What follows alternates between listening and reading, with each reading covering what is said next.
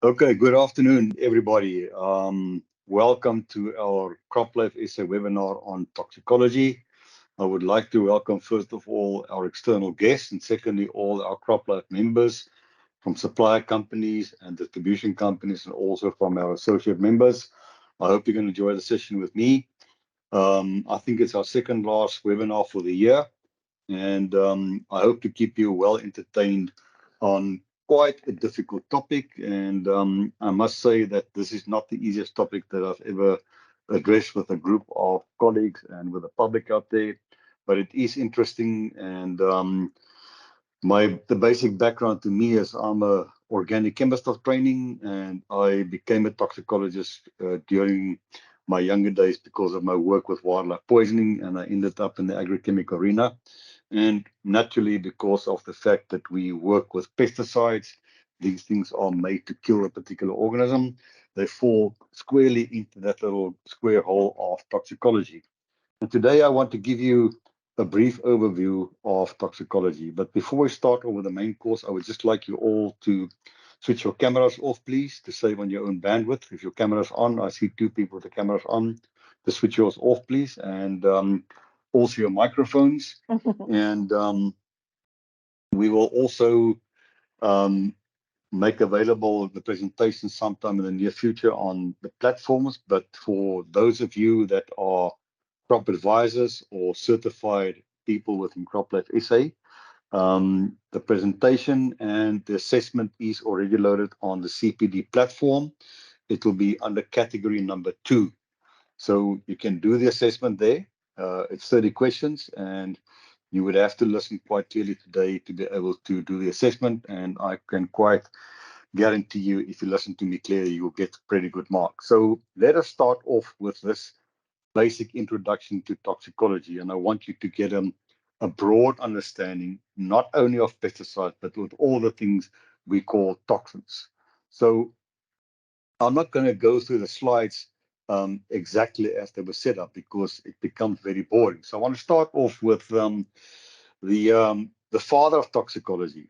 That was basically Philippus Aurelius Theophrastus Bombastus von Hohenheim. So we call him basically Theophrastus.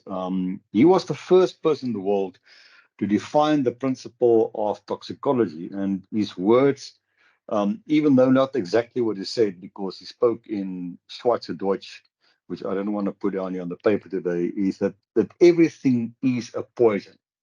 Nothing is not a poison. It is only the dose that makes something a poison or not. You can even put it into different terms to say that all substances are poisonous.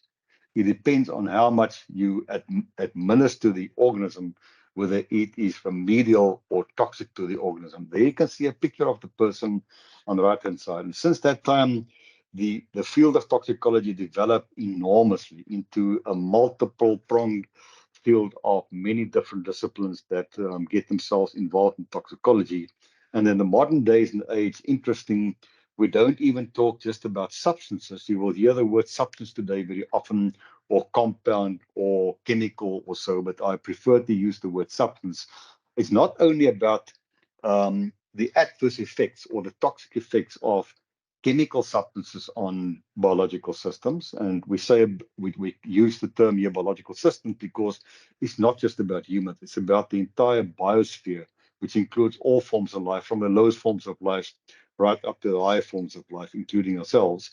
So it's not only the effects of chemical substances on the biological system, but also physical agents. And if you look at the picture on the left there, you will see a little white substance. Can you see it? Can you just show me the thumbs up? You can see what I'm pointing at, please. Yeah, okay. So that substance there, that is a typical asbestos filament. And I don't think I need to explain to any South African, doesn't matter from which cultural background you come from, what the gravity of being affected by uh, a compound or a physical agent like asbestos is. There are many people, including some of my friends, that got lung cancer from it being exposed to asbestos. On the other side, you see a mineral called uranium thorianite, which is the base um,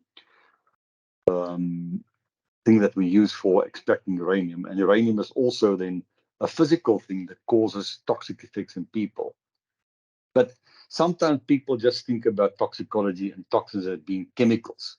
So, and they talk about mostly the pesticides. Everybody hates pesticides. Meanwhile, the entire world, the entire globe is actually littered with pesticides.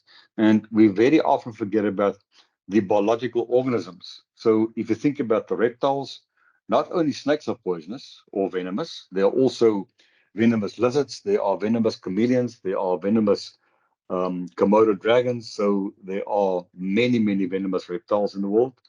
The arachnids, other words, the spiders and the mites and the scorpions and the ticks, they also all contain their own venoms.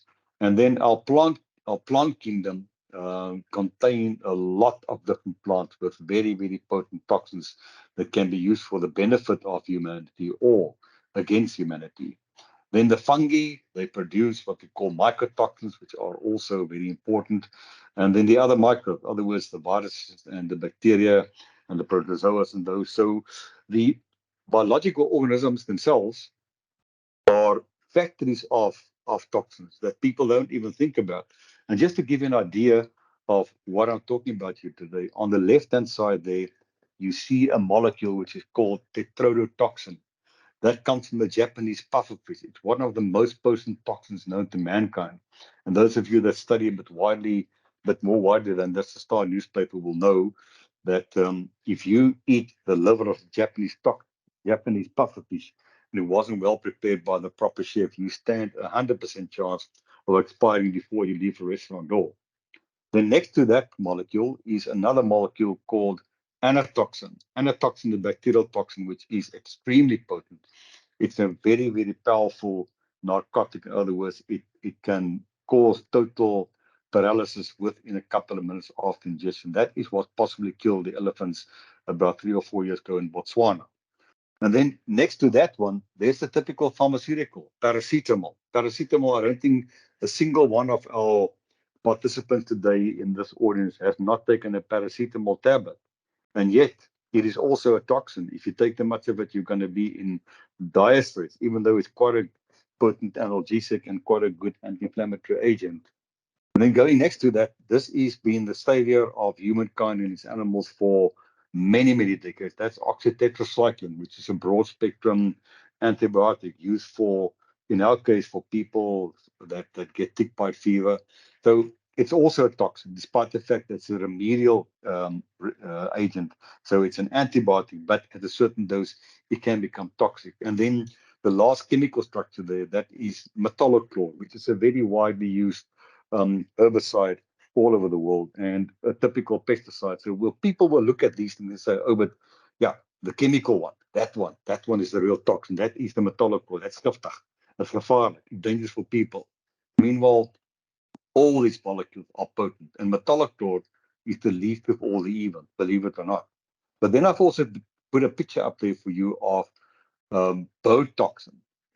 There are 7 types of Botoxin, from Botox A up to Botox H, and these things are extremely toxic, and they're produced by a bacterium. So we encompass anything that is a toxin, whether it's from a natural origin or whether it's from a man-made origin, and you'll see the terms I use later on today, how to define them.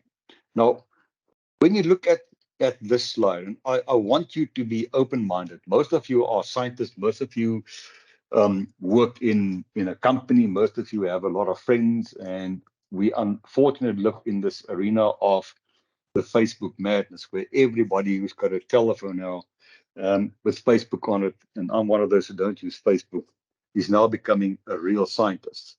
And you often hear the statement from people that something is poisonous. And from a scientific perspective, it is absolutely rubbish.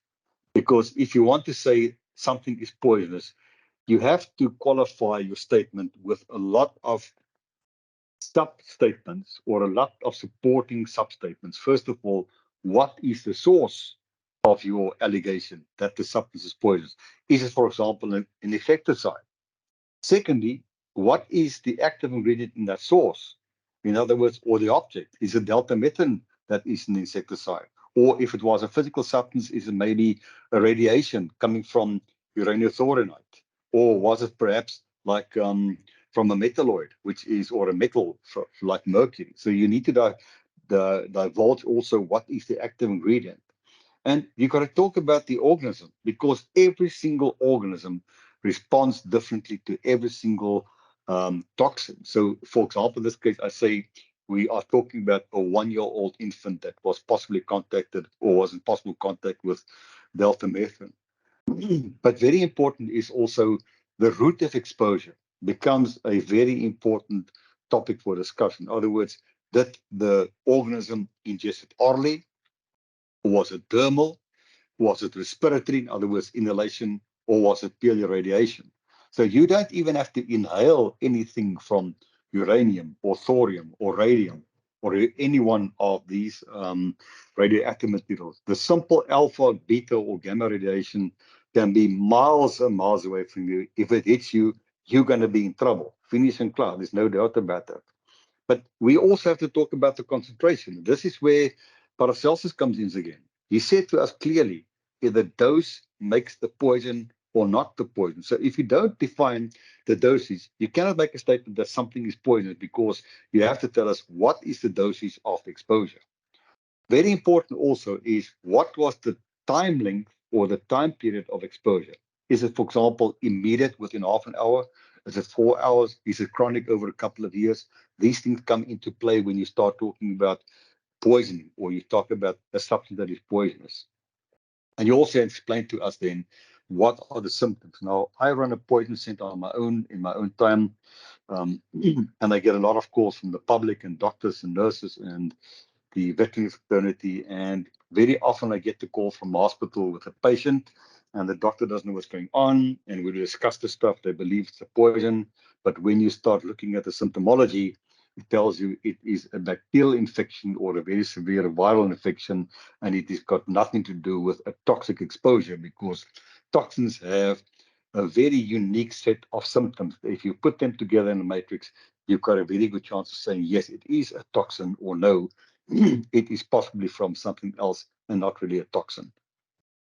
Um, you need to also explain then, if you want to make a statement about a poison, what is the acute and the chronic toxicity, and not only what you believe from Facebook or from WhatsApp, whatever, but what is verified in peer-reviewed science. For example, if you look at delta methane, we know the delta methane administered to a rat in corn oil, in other words, in wheat germ oil or in maize oil, is has an LD50 of 85 milligrams per kilogram, and we talk about that a bit later. But that's also an important thing that has to be spoken in terms of toxicology.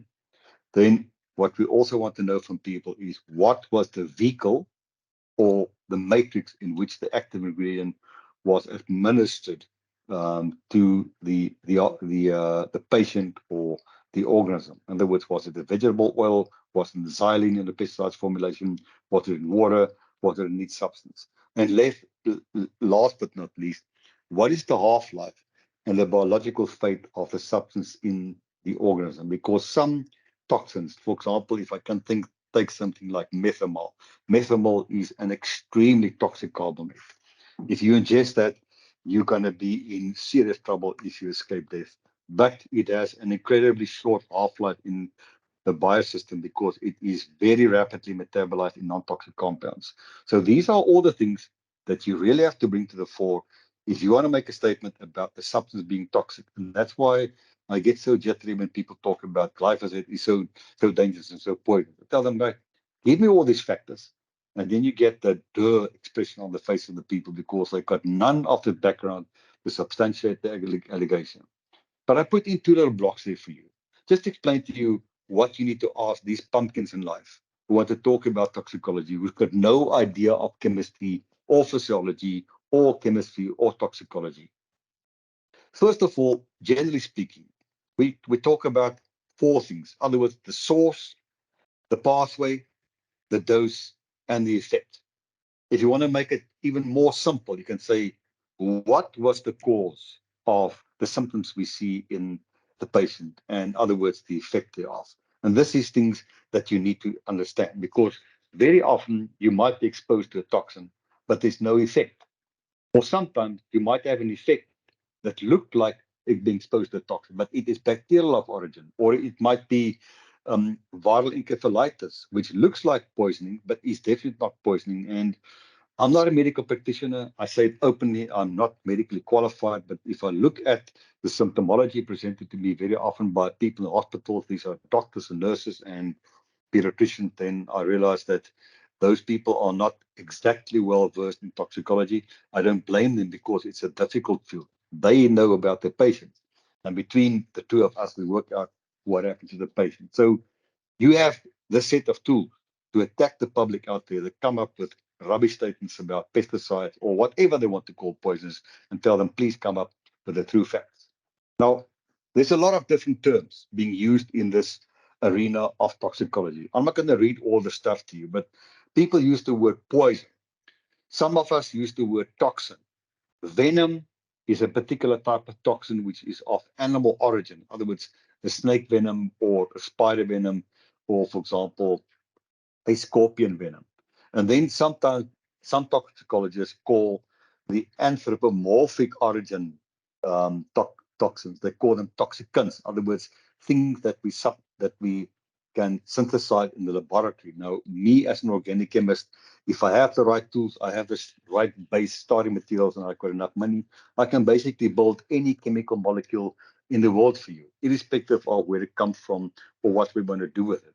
But I will be focusing on the term toxin throughout this webinar because that's the word I like to use, whether we talk about a pesticide poison, or we talk about a biological poison, or we talk about another synthesized molecule, or we talk about an animal venom. So to me, toxin is the overarching term I'll be using. And just to give an example of the toxins, I'm going to go randomly. That's an example of a typical pharmaceutical, a paracetamol tablet, for example. That is a toxin. Then you look at the DDT. We all know DDT is an organochlorine insecticide that is a toxin. If we look at the plant next to it, that's a different Bachia plant that most people have in their homes in South Africa. And I get the call very often, the dog or the cat chewing the leaf, and now this thing is frothing, it's full of pain, it's keeling over, busy dying because it contains oxalic acid, which is of no good to man or beast. So if you ingest oxalic acid, you are in serious trouble. And then for some of my colleagues, and they know who I'm talking about, that plant that you might not recognize, that is Nicotiana tabacum, or the tobacco plant, which contains, amongst others, nicotine, which is quite a potent toxin. And it contains other things also like anabasine, which are even more toxic than, for example, the nicotine, which is the main alkaloid in the plant. So that's a plant which is poisonous because it contains a lot of alkaloids. And then you see the opium poppy. The opium, I think you all know, is a very powerful narcotic. It's so powerful that the truth is, if you've taken your first shot of opium, there is no chance of ever escaping death because of becoming a narcotic person. So that's an example of something which is a narcotic, which is also toxin. And then on the far left, there's the picture of the Japanese pufferfish, which produces that horribly toxic tetrodotoxin, which can kill a person within 15 to 60 minutes if you ingest it. So, but just for yourself, all these different terms come down to one term that we use generally, and that term is toxin.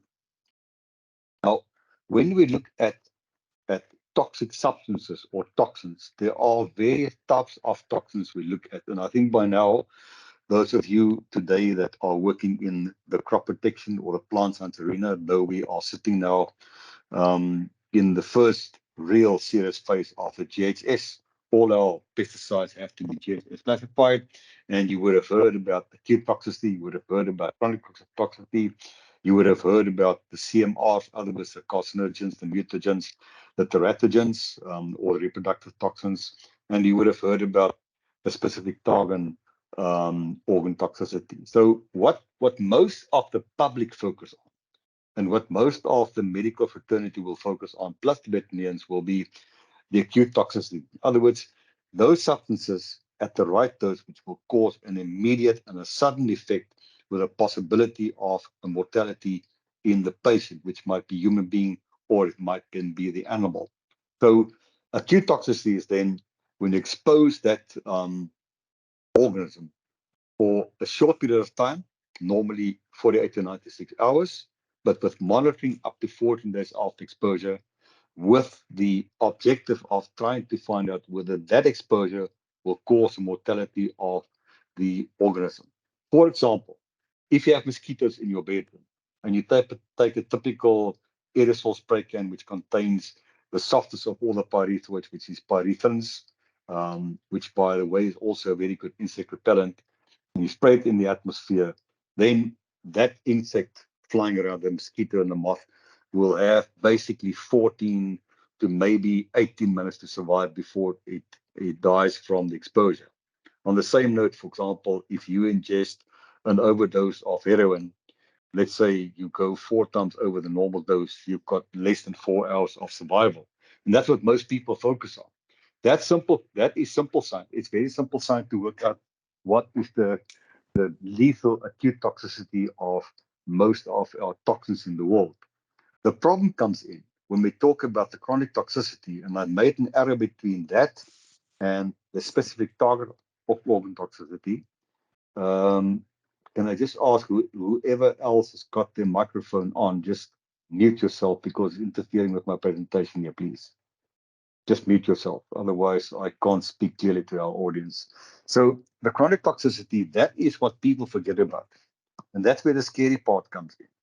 And that is what is happening now with the GHG. That is what the European Union is harping on about, these low-level exposures of people to certain pesticides. They're not even talking about the alcohol and or the muta or the mycotoxins they eat in their food. They're talking about the pesticides. And if you think about the chronic toxicity, we talk about carcinogens, which may cause cancer in an organism. And I'm going to continue using the word organism because we're not only talking about people today, we're talking about all possible life forms on Earth, from the lowest right up to the highest.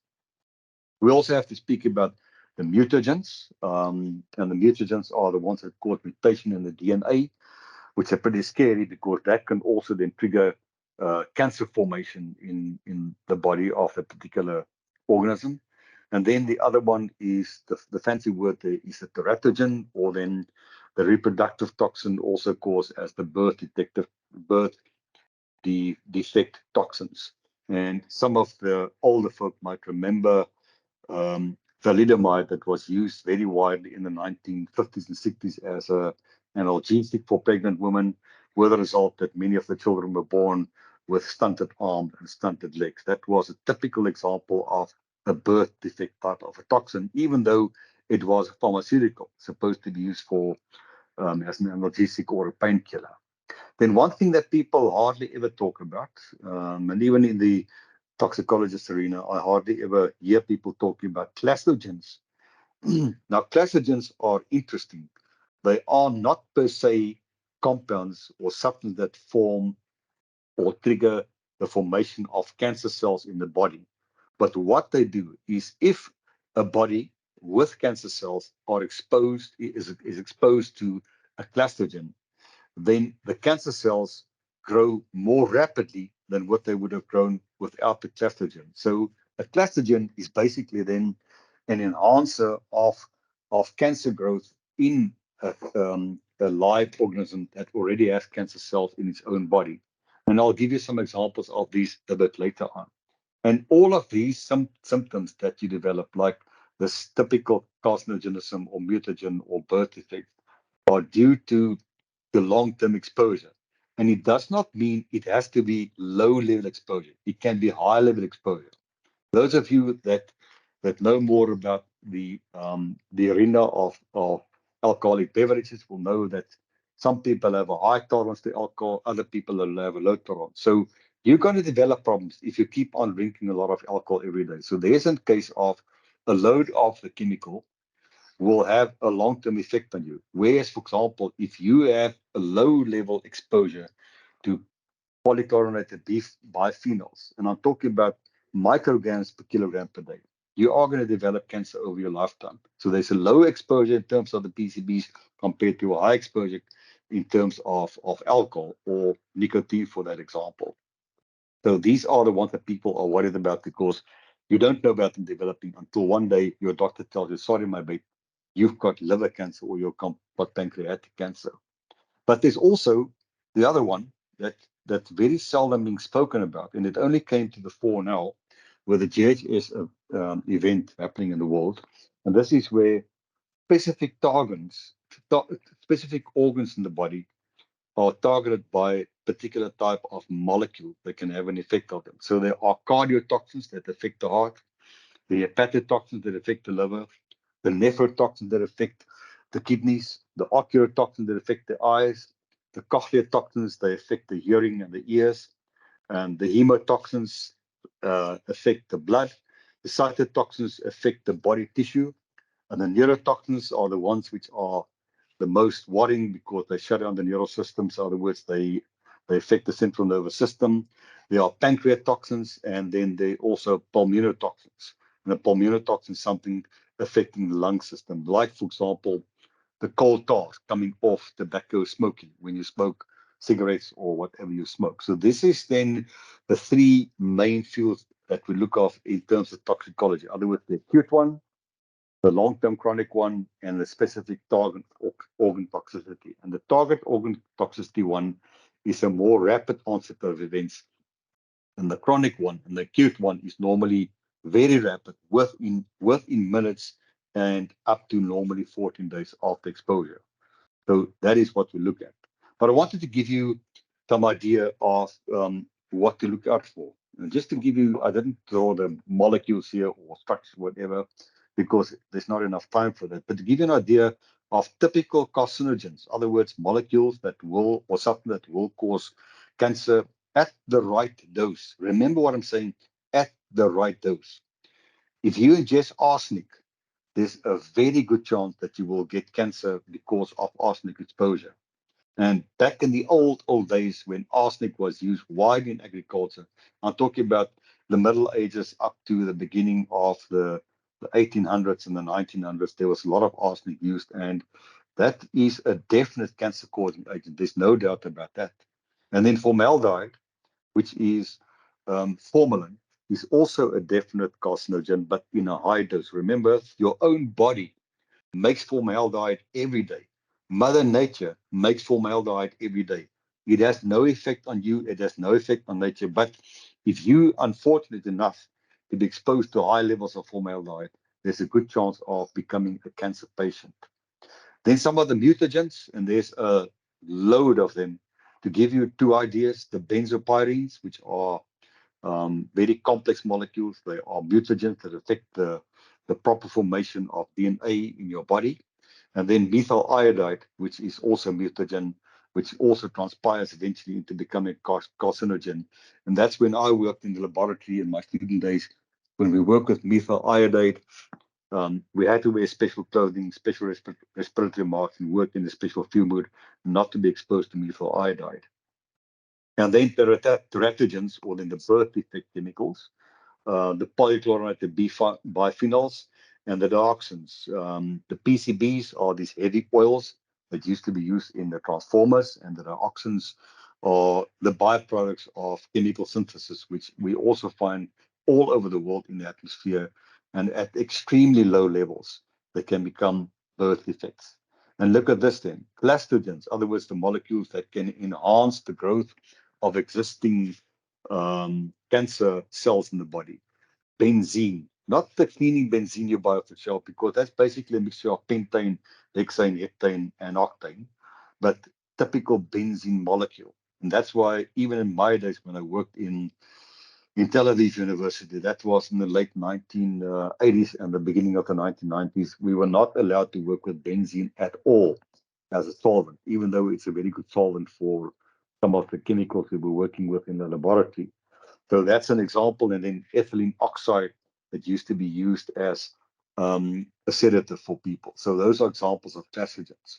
But on the other side, then the specific target organ type of toxins, the cardiotoxins, the cardiac glycosides, and these are mostly plant origin chemicals. For example, if a cow would eat something like the wild tulip, or they would eat something like a poison bulb, that's the cardiac glycoside, which affects the heart rate and so on. The hepatotoxins, ibuprofen, which is a very well-known analgesic and also actually a very good and a soft type of anti-inflammatory agent that we can buy over the shelf.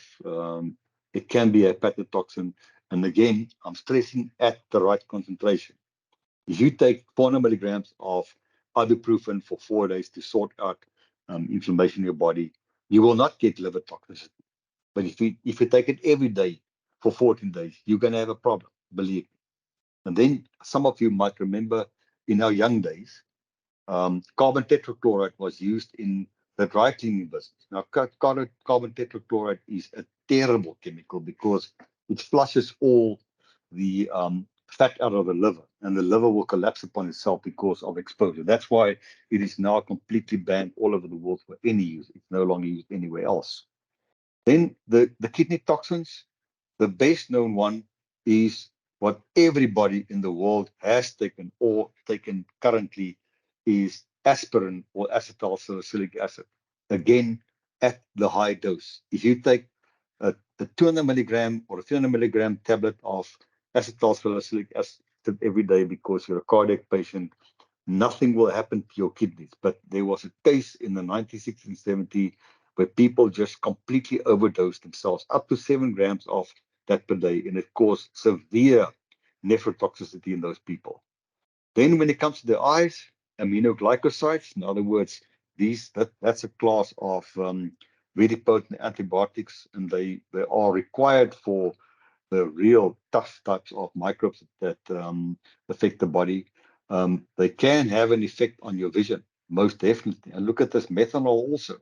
So if you ingest more than 35 mils of methanol, your chance of blindness is 100%. And if you ingest more than 50 mils, your chance of mortality is about 90%. So methanol in the body can cause that effect on the eyesight. The ear toxins, look at this one, chloroquine. When people go to the Lowveld or to malaria area, we take these chloroquine tablets. And I remember in the army, we had to take them because I worked in a tropical environment, and it definitely had a severe negative impact on my hearing to the point where I got 35% hearing left in my one ear. And that was not because of all the bombs, that was because of having to take chloroquine for a full 12 months every Friday.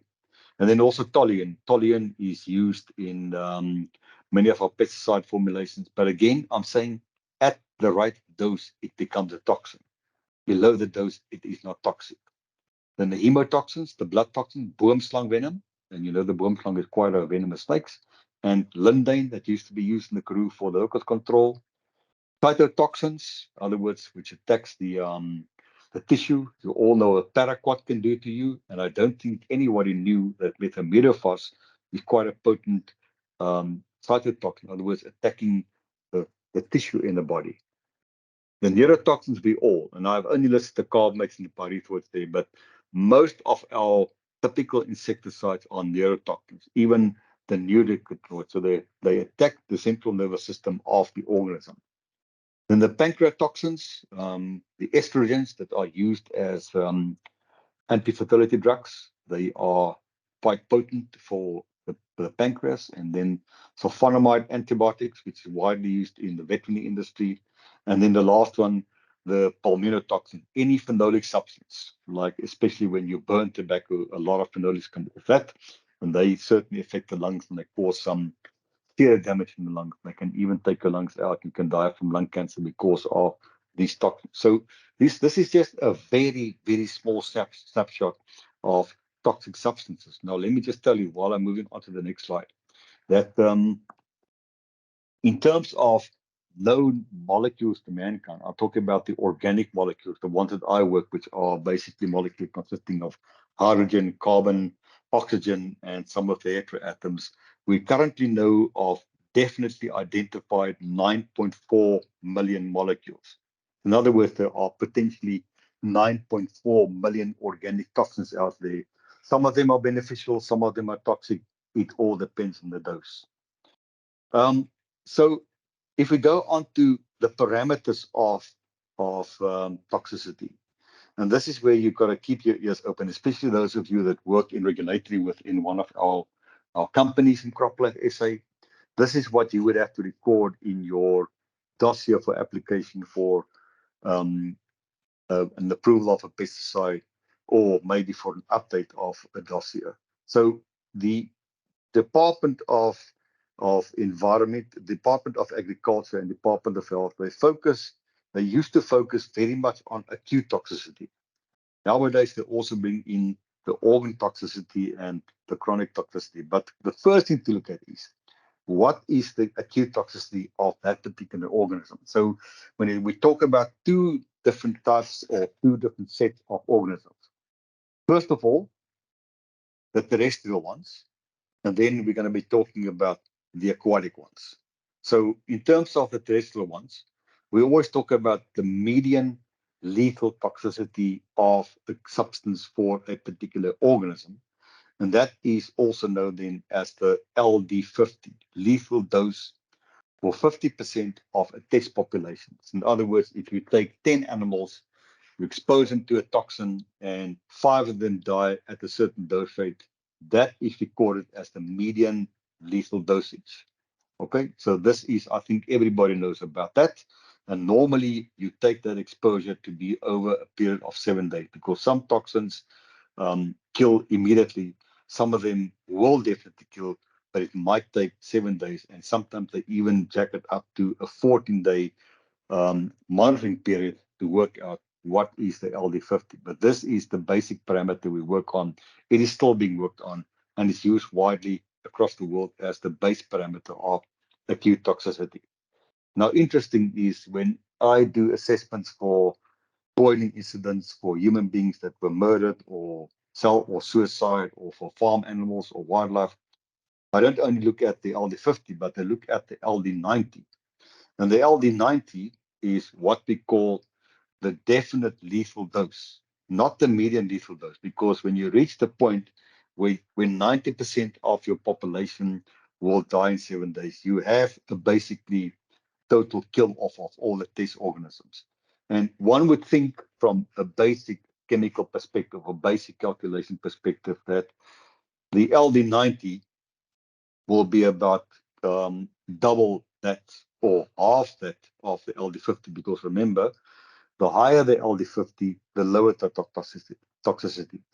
The lower the LD50, the higher the toxicity. So when you talk about, let's say, delta methane that I mentioned earlier on, the LD50 for rats in corn oil is 85 milligrams per kilogram. So you would expect then, in the case of a rat in corn oil, the LD90 to be around about, let's say, 42 or 41 milligrams per kilogram. But it is not a linear curve. It is a different curve. And what I worked at looking at tons and tons of toxicity data from all over the world in peer-reviewed articles, I worked out that the LD90 is not 2 times the LD50.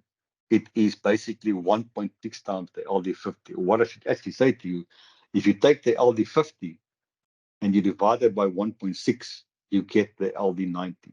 And that is then the total lethal dose for that particular population of test animals.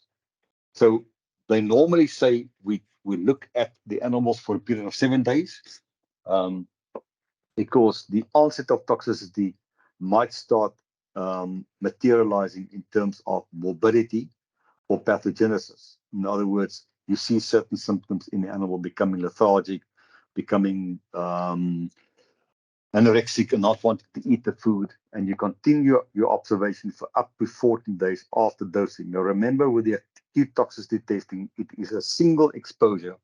In other words, you either feed them in a single exposure or you inject them with a single exposure of the particular toxin at the dose that you believe is going to be your LD50 dose or your LD90 dose. And what I said there is right. So you can do it by forced infusion. You can give them the food measured out, particularly for every one of the animals, laced with that particular LD50 value of the toxin.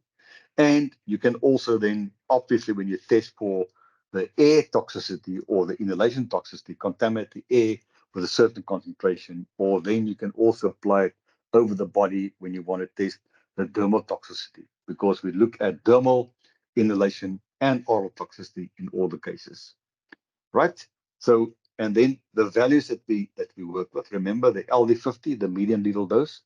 That is what we use the parameter for oral ingestion, and then also for dermal exposure to the particular pesticide or to the particular toxin. But when you talk about the inhalation, you work out what the concentration is in the air to which the organism is exposed over a period of 4 hours. So you take a sealed unit, you put the rat into the unit, which is most of the times our test organism. You induce the air, which has a concentration of your expected LC50. It's not LD because now it's a lethal concentration of 50% over 4 hours, and you leave the animal there and you observe the animal, or no, you expose the animal for 4 hours, and then you take the toxic air away and you expose the animal into normal air, and you keep your observation going on the animal for up to 14 days to see what is the response to that. But something people hardly consider is the fact that you don't have to kill an organism to have an adverse effect on the organism. It might be that you have severe irritation in the eyes or severe dermal irritation. And these are also measured then in the basic toxicology. And I'm talking about this is the basic stuff. When we get to the chronic stuff, that becomes extremely complex. And that's something which I don't even want to do myself, because that takes some deep science, which I don't think I'm qualified for. But we're talking about the base toxicology here. So you do also a test to see whether a molecule is something that will irritate the eyes or irritate the skin, or maybe it also sensitizes the skin. Now, the question is, what's the difference between irritating and sensitizing? Irritating is where it causes the skin to start having a rash or whelps or whatever you call the things on the skin. And sensitization means the skin starts feeling that funny tingling feeling. For example, some of us, like myself, are sensitive to tartaric acid. So if you eat tartaric acid in food, you get this funny tingling feeling in your skin, and that is sensitization. And what they do is they test the chemicals then on guinea pigs, rabbits, or white rats to determine whether the substance will be a skin or eye irritation, or maybe also a skin sensitization. And it's very interesting that some of the very toxic oral substances have virtually no toxicity when they apply them to the skin of the organism. Like, for example, methanol. So methanol is extremely toxic orally, but it is of very low toxicity for dermal exposure, depending on the vehicle that you use or the solvent you use for that. So we don't test people because there's a global convention somewhere under the United Nations that prohibits the testing of any pesticides on people.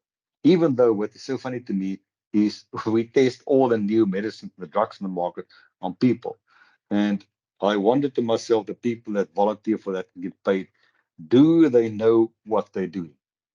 If you have any brain cells, you would never do that to yourself, because some of those new drugs are absolutely flipping toxic to a person. So I would never do that. But we don't do pesticide testing on human beings. So we've got standard animals. And the most commonly used one around the world is the white rat. And there are two different strains. One is called the spray doily rats, and the other one is called the Wistar rats or the white star rats. And they're all albinos. So these things have been bred now to be genetically basically identical. So if you take spray doily rat number 1, it is a fingerprint copy of spray doily rat number 2, and that is required to ease out the problem of the Gaussian curve amongst individuals in the population. Now, I think you all know what the Gaussian curve is. That's the bell curve.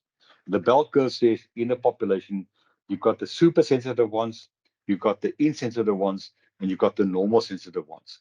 And what you need to do is to take away that bell curve, and you have them all at the same level of sensitivity for toxicology testing. And these are the two main types of animals they use.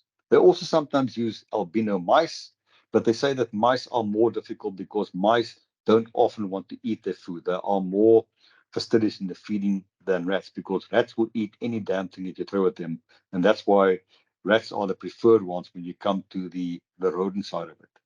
Guinea pigs are used mainly for the dermal testing and the eye testing. The same with the albino NZW, those are New Zealand rabbits. And the dogs are used most often for the oral toxicity. And when it comes then to the bird types, then they use chickens, not very often, but the bobwhite quail and the mallard duck, those are the two species which are the preferred ones to use in toxicology testing for any type of toxin. And in some cases, you might see people use the common pheasant. Now, the reason why they use these is because you can breed them very easily. They habituate very easily in human habitation or in captivity. And you can genetically breed them to be identical to each other, very much like you have with the spray toy rats or the Worcester rats.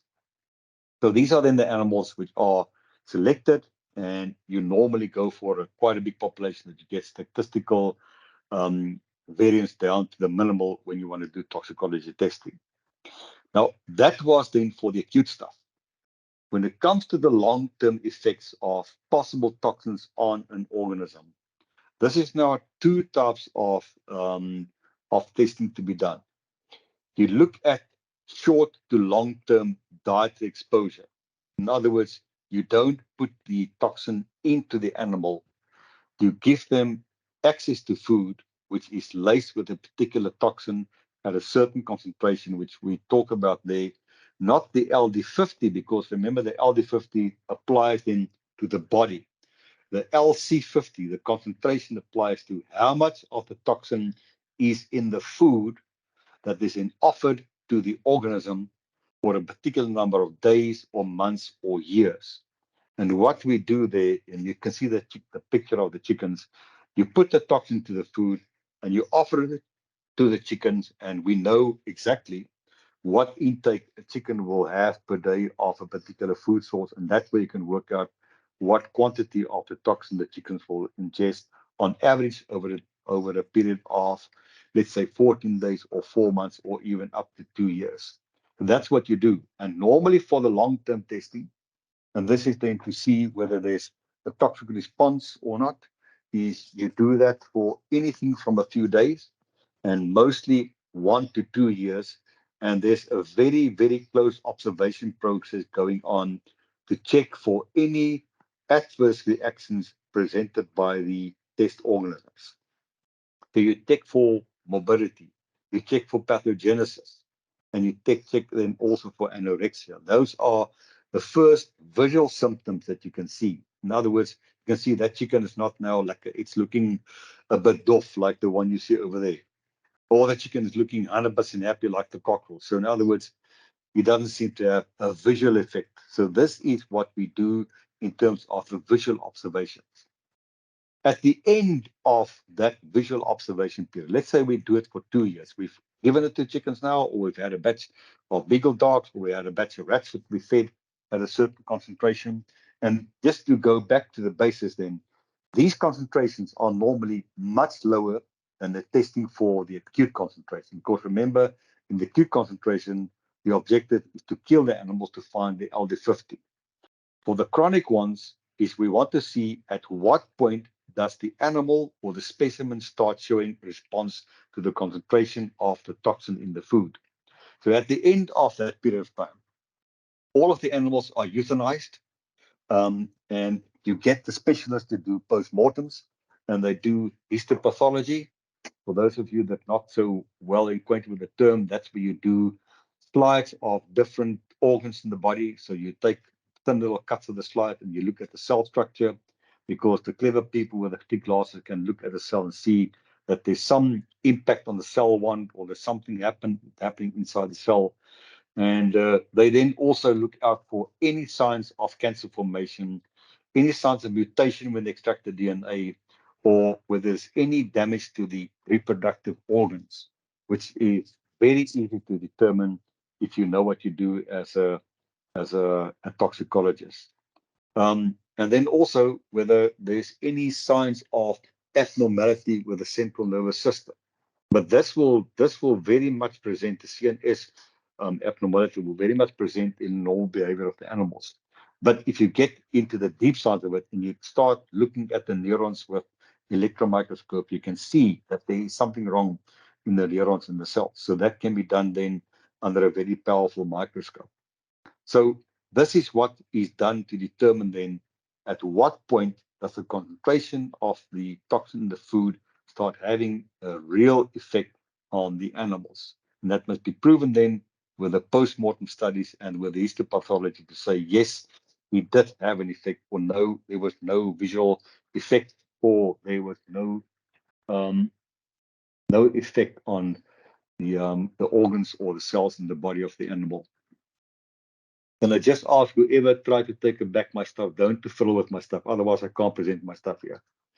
Okay, so it is very simple in terms of what I explained to you now to think that you do a once-off test. No, it is a very complex process because you're going to do what we call the up-down dosage administration. An up-down means, yes, someone now took away my presentation.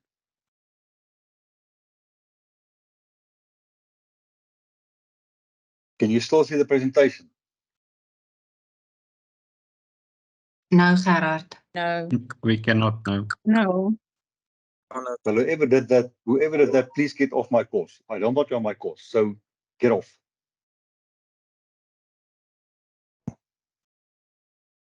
You just get it back again.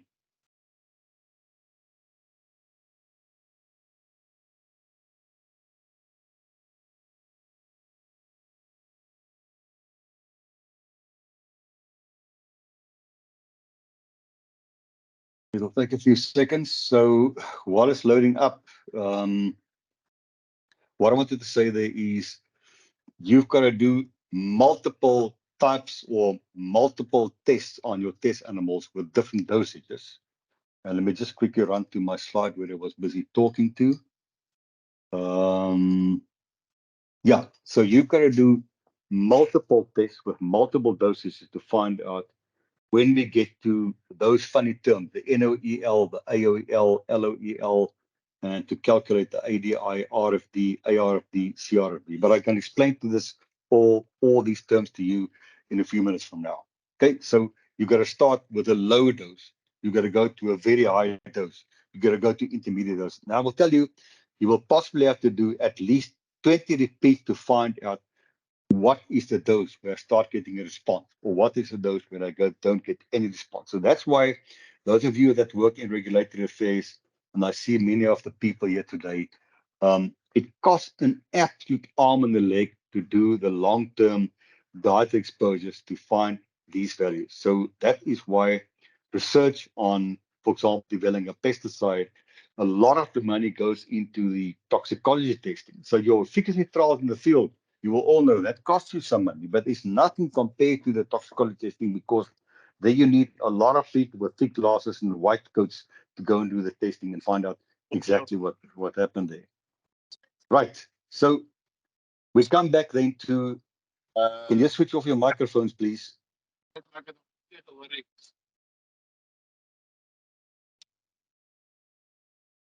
Yes, just find that guy there and switch him off or kick me out of the meeting, please. Right. Let me get back then to the aquatic organisms. They work very different from the terrestrial organisms, because remember, you can't take a fish and give the fish a bit of food laced with a toxin. So what we do in the case of fish is we take the test organisms, and it's not only fish, but you can see on the slide there are a couple of different ones there, and you dose the water with a substance at a selected concentration, and you select the organisms that you would like to test in a static system.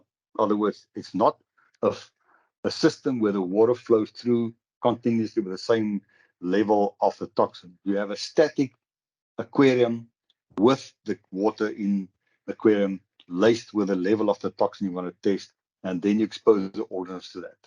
And the organisms that we show that we mostly use for the testing were the Daphnias, shrimps, the water fern, the Lemna gibbia that you see, or gibba that we see all over the country, oysters, Solanastrum algae, and different fish species. So the most commonly used fish species will be the bluegill sunfish, and then the rainbow trout.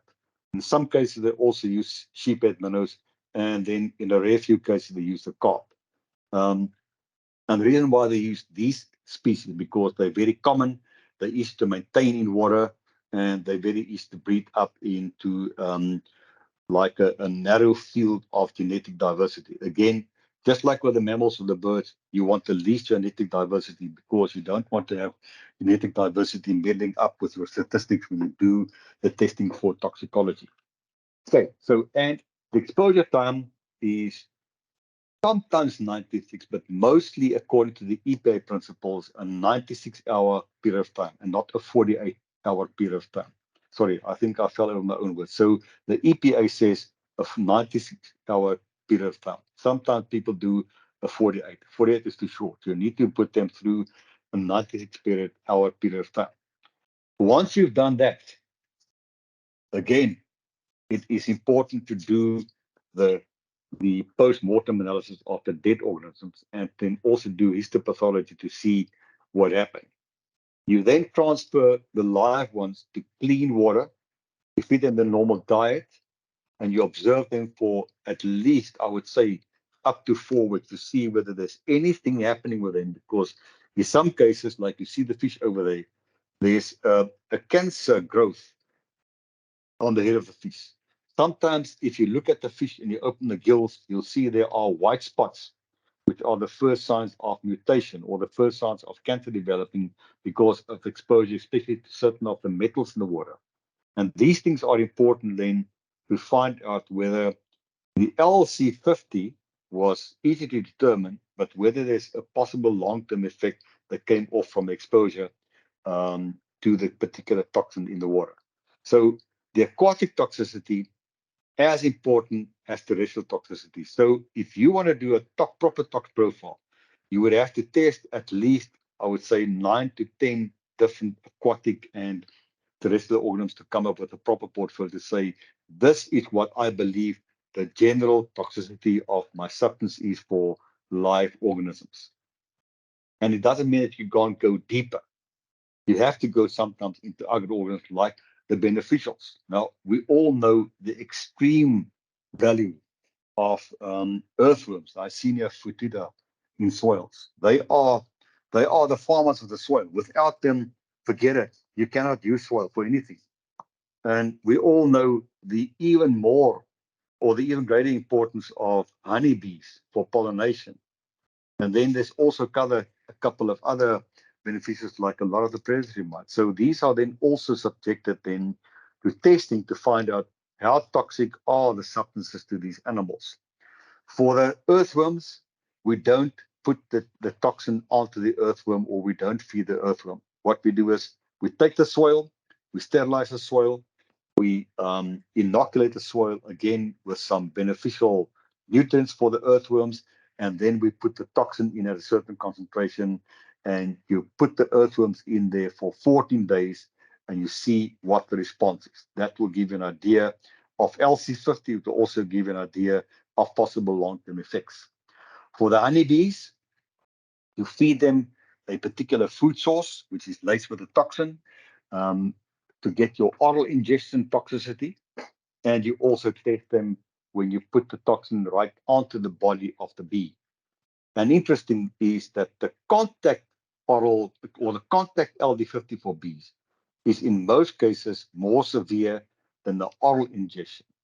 And I haven't worked it out myself. I haven't spoken to any of the entomologists or the bee people anywhere in the world, but that is a fact of science. It is not always 100% like that, but in most cases, the contact LD50 for a bee is much more severe than that of the oral injection. You can see for a bee, we don't talk about the LD50 there, microgram per food. We talk about microgram per bee.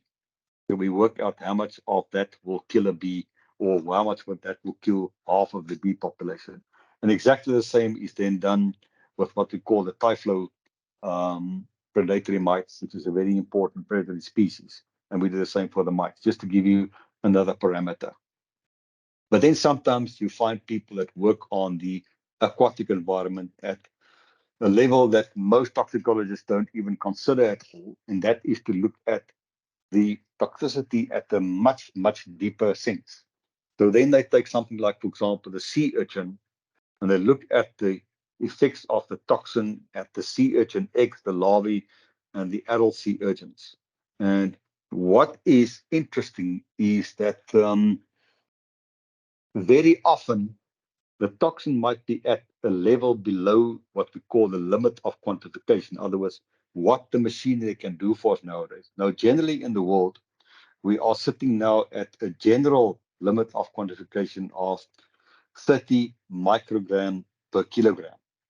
But there are machines that can go down to 10 microgram per kilogram. And there's some of them being developed now going down to 1 microgram per kilogram. And that's where these new tools come into play.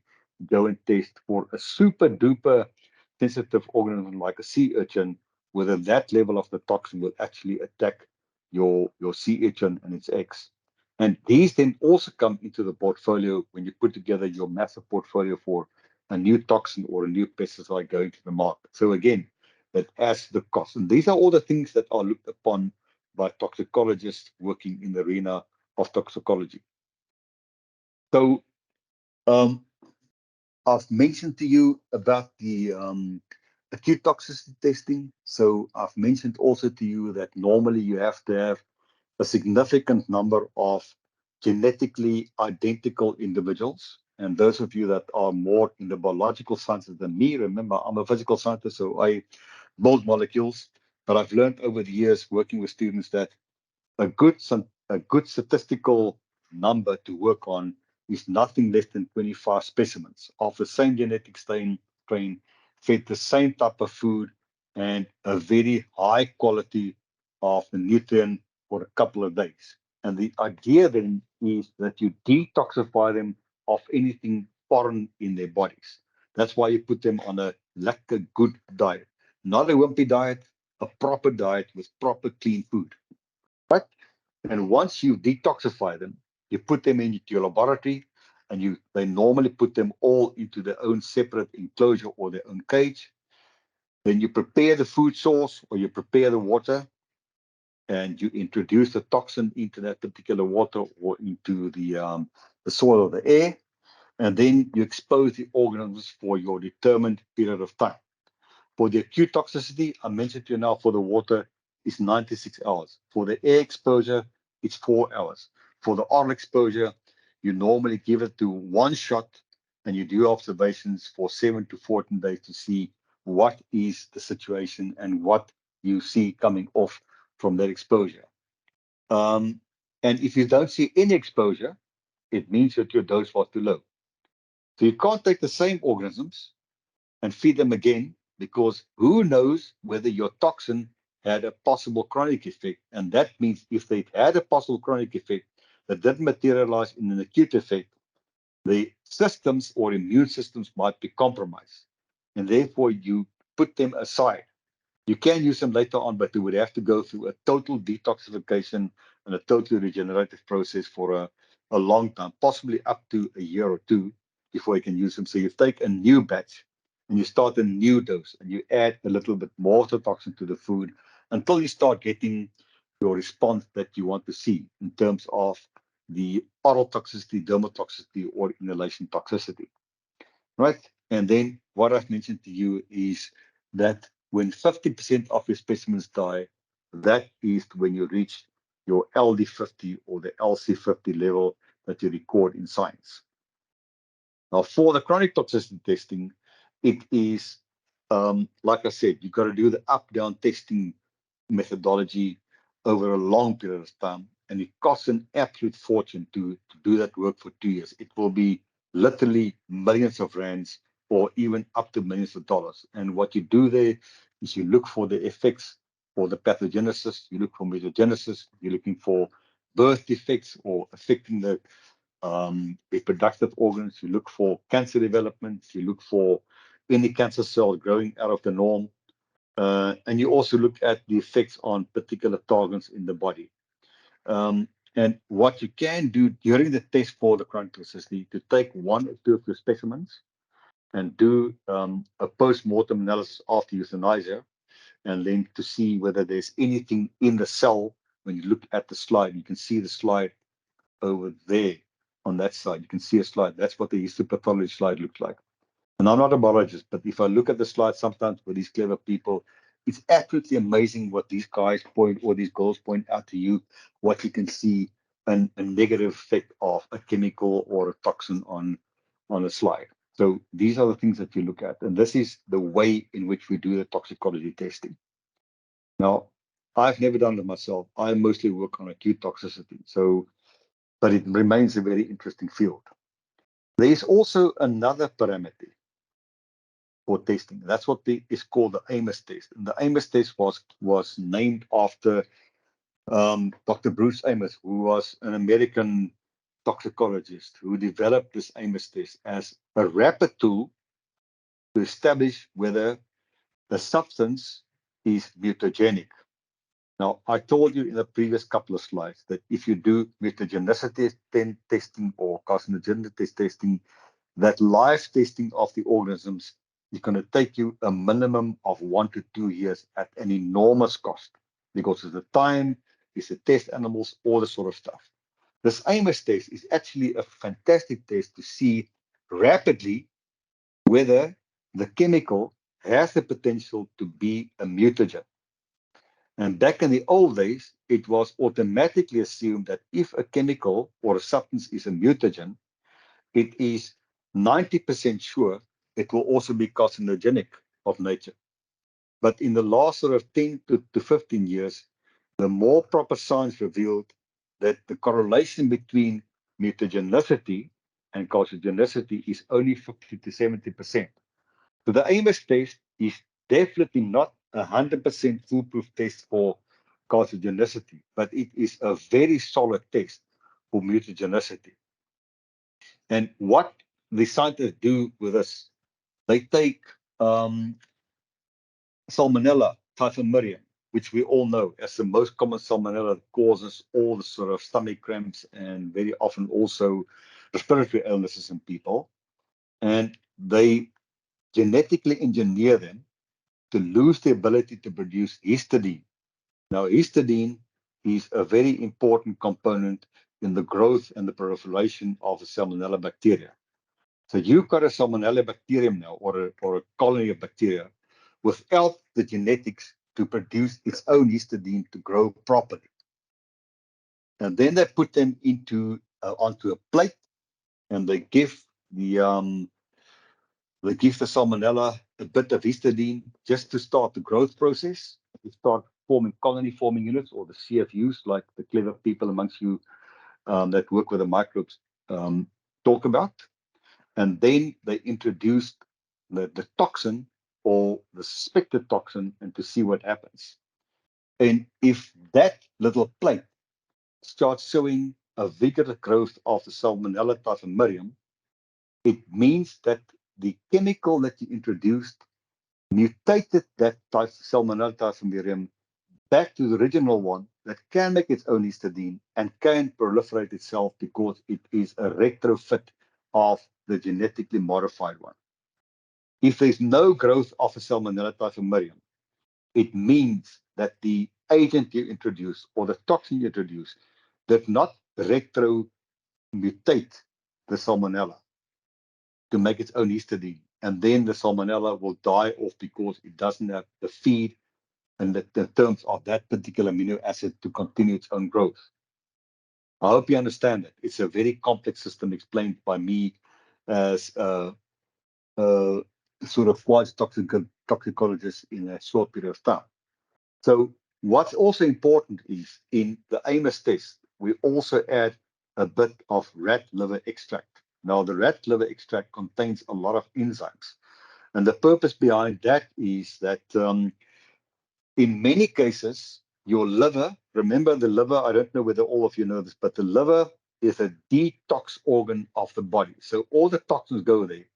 The liver comes with his hammers and chisels and his little planes, and it takes the toxins and it breaks it up into other compounds. And sometimes the liver can take something which is not mutagenic and metabolize it into a secondary metabolite, which is a mutagen. And that is why they add the rat liver there to see if in the case of that particular toxin entering a human body, whether the liver can transform that from a non-mutagenic agent into a mutagenic agent. So let me go over it again quickly for you. So we take reverse engineered salmonella that cannot produce histidine. We put those onto the agar plates. We give them histidine because they can't produce histidine to proliferate their own colony formation. We also add then the rat liver extract to transform the molecule we enter into the system for testing into a possible mutagen if it becomes a possible mutagen. And then we introduce the molecule to see whether the molecule actually, again, reverses that engineering of the salmonella and brings it back to normal salmonella that can make histidine and keep on growing and forming colony forming units.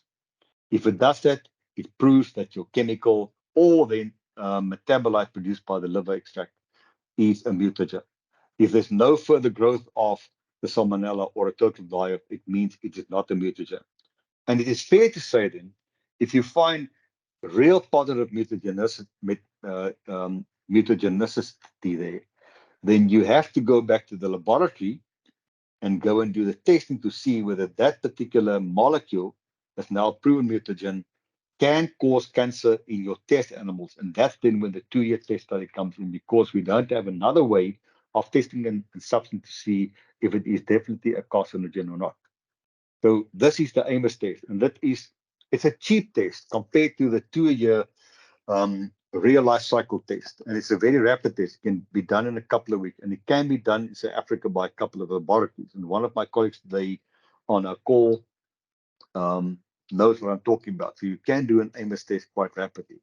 And sometimes it is worthwhile when people come up with the allegation, that, for example, what is it, glyphosate is so carcinogenic.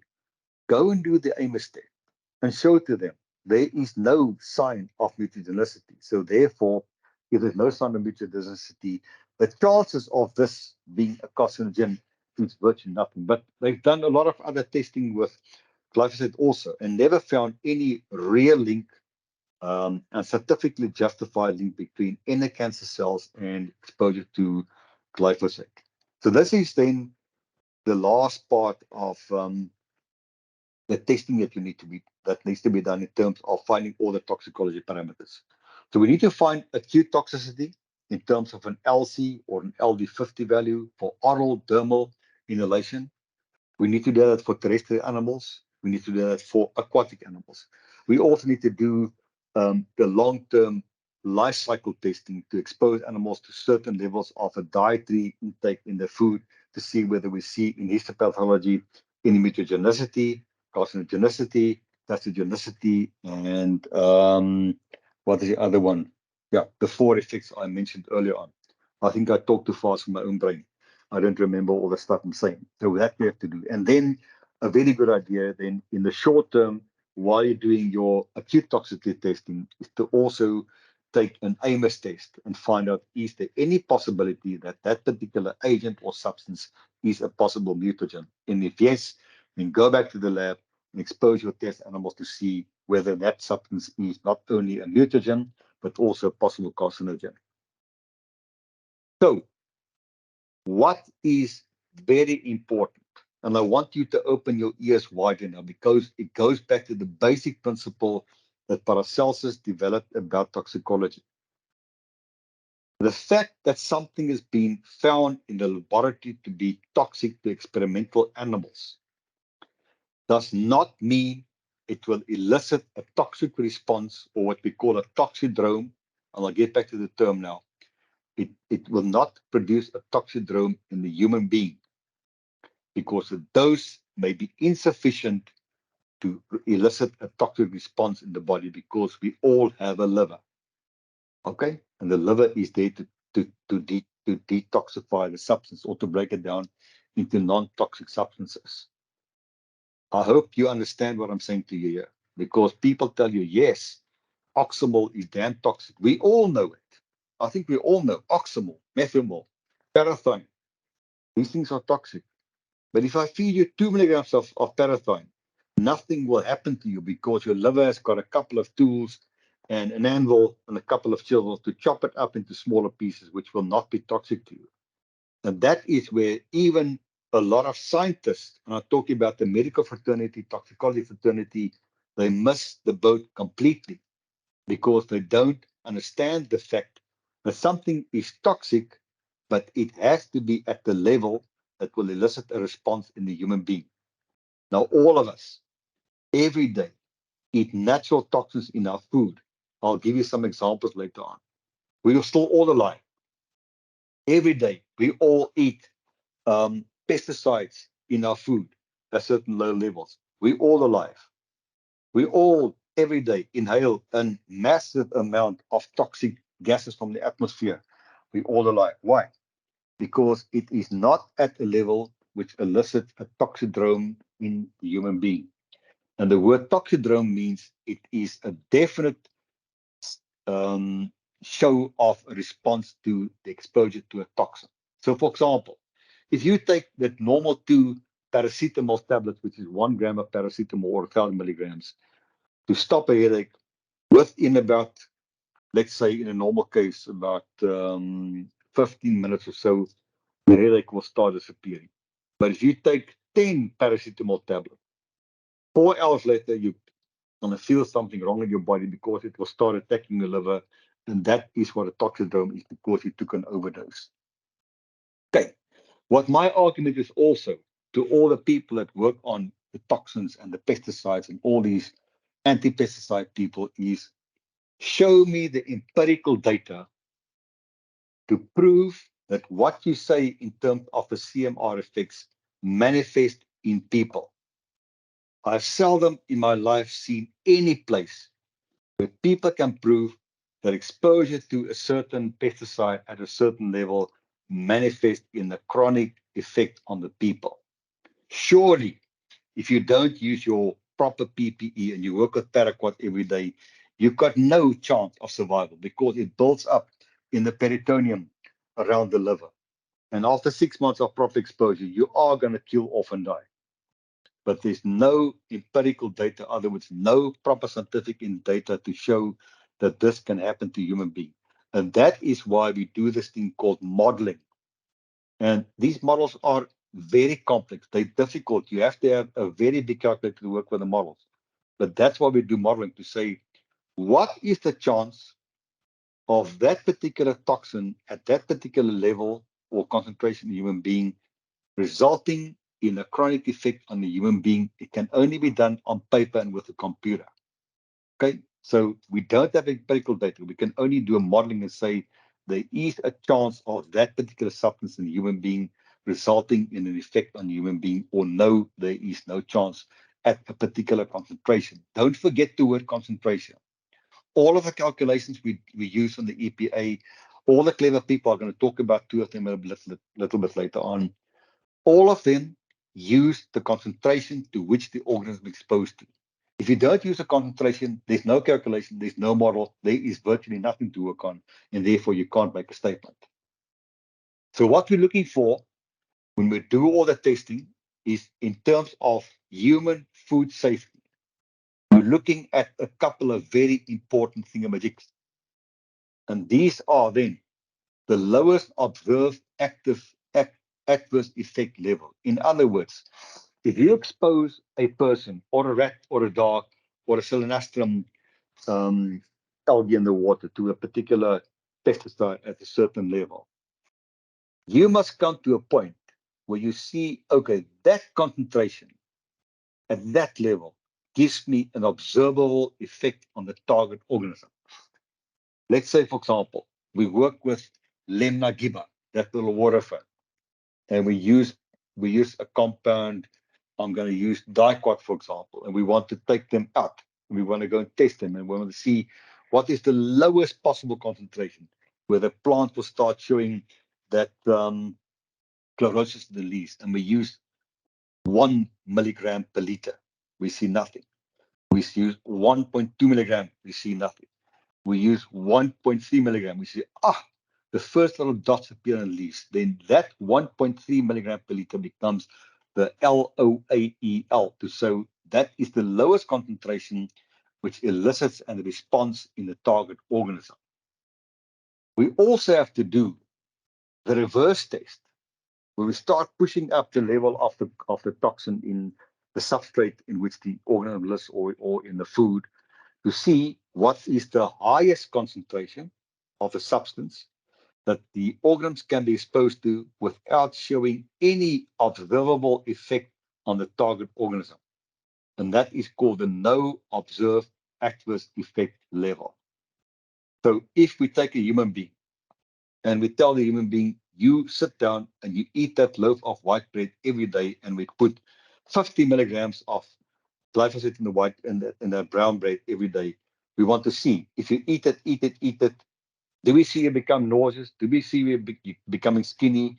Do you lose your appetite? Have you got any problems with your eyes, ears, liver, lungs, whatever? And there's no response to that. We push it up. We push it up to get to the LOEL. Or we push it up to a level of 500 milligrams per kilogram. If it doesn't show any response, we take that then as the no observed adverse effect level. And these data, for those of you that have the pesticide manual, it's all available in the pesticide manual. Or if you want to use the internet, that horrible thing called Google, don't just Google anything. Go and look at the EPA database, because that is the most trustworthy database in the world. It is not politicized. It is not politicized like the stuff you find in the European Union, and you can find the levels there. There's another parameter that also comes up, but that is more to do with industrial chemicals and mining chemicals, what we call the acceptable operator exposure level. I recently did an EIA risk assessment for a company on manganese ore, and I had to work out for them what will be the AOEL for a worker that work with a manganese ore on an average day, to say that is the level which can be tolerated by a worker for the next 20 years without showing any adverse effects on the worker. So these parameters are very important for us because we use them then later on to determine then other types of situations, right? So I want to give you what we do then. So we've got on the human exposure, we've got the oral, dermal, inhalation, eye irritation, dermal irritation, dermal sensitization. We've got the chronic stuff I mentioned to you there. We've got exposure situation, which is dietary in terms of the food and the drink. And look at this also. Even dust. We consider dust also as a source of toxins because kids play outside, human beings walk outside. And can you believe it that every child on this earth every day ingests, this one there. Every child on earth every day ingests at least 50 milligrams of soil per day. Every child per day ingests more than 500 moles of water per day if they swim in the pool or they swim in the sea. Every person, a normal person, inhales 6 liters of air per minute. And then unimaginable what we do with the food quantity. I know what my intake is, about 1.4 kilograms of food per day.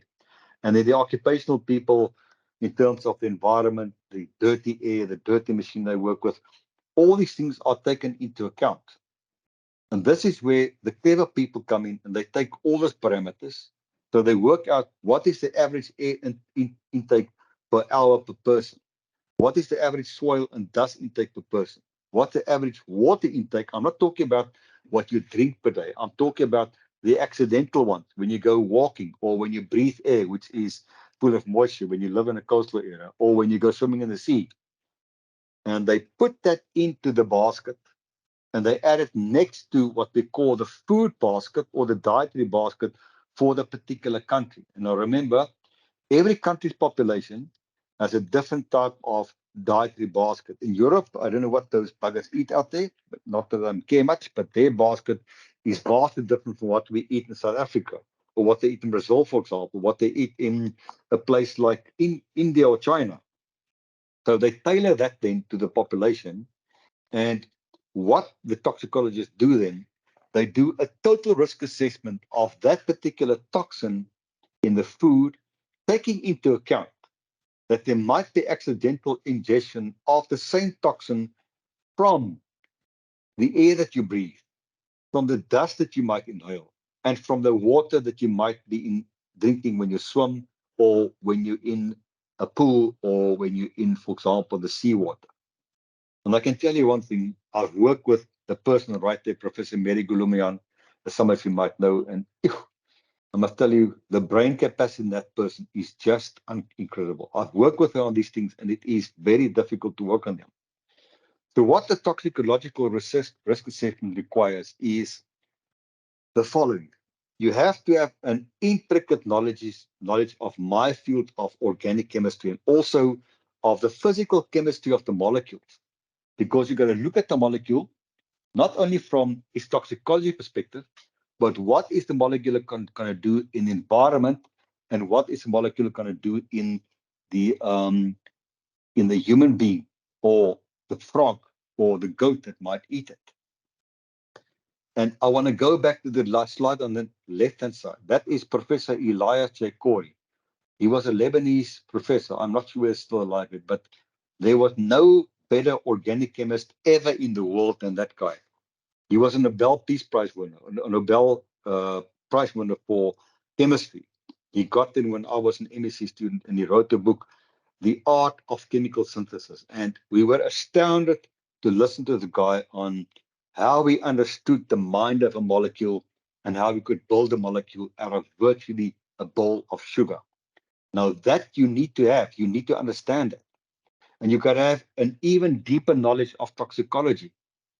And then you got to have an even deeper knowledge of all the models that are available to you, which are mostly US EPA models, or sometimes Australian models, sometimes the European models. But the EPA lead the world in terms of the modeling and how to calculate. And then these clever people do the risk calculation to determine if I, for example, as a human being, eat 4 milligrams per kilogram of my body weight per day of, let's say, metallochlor, am I at risk of acute toxicity,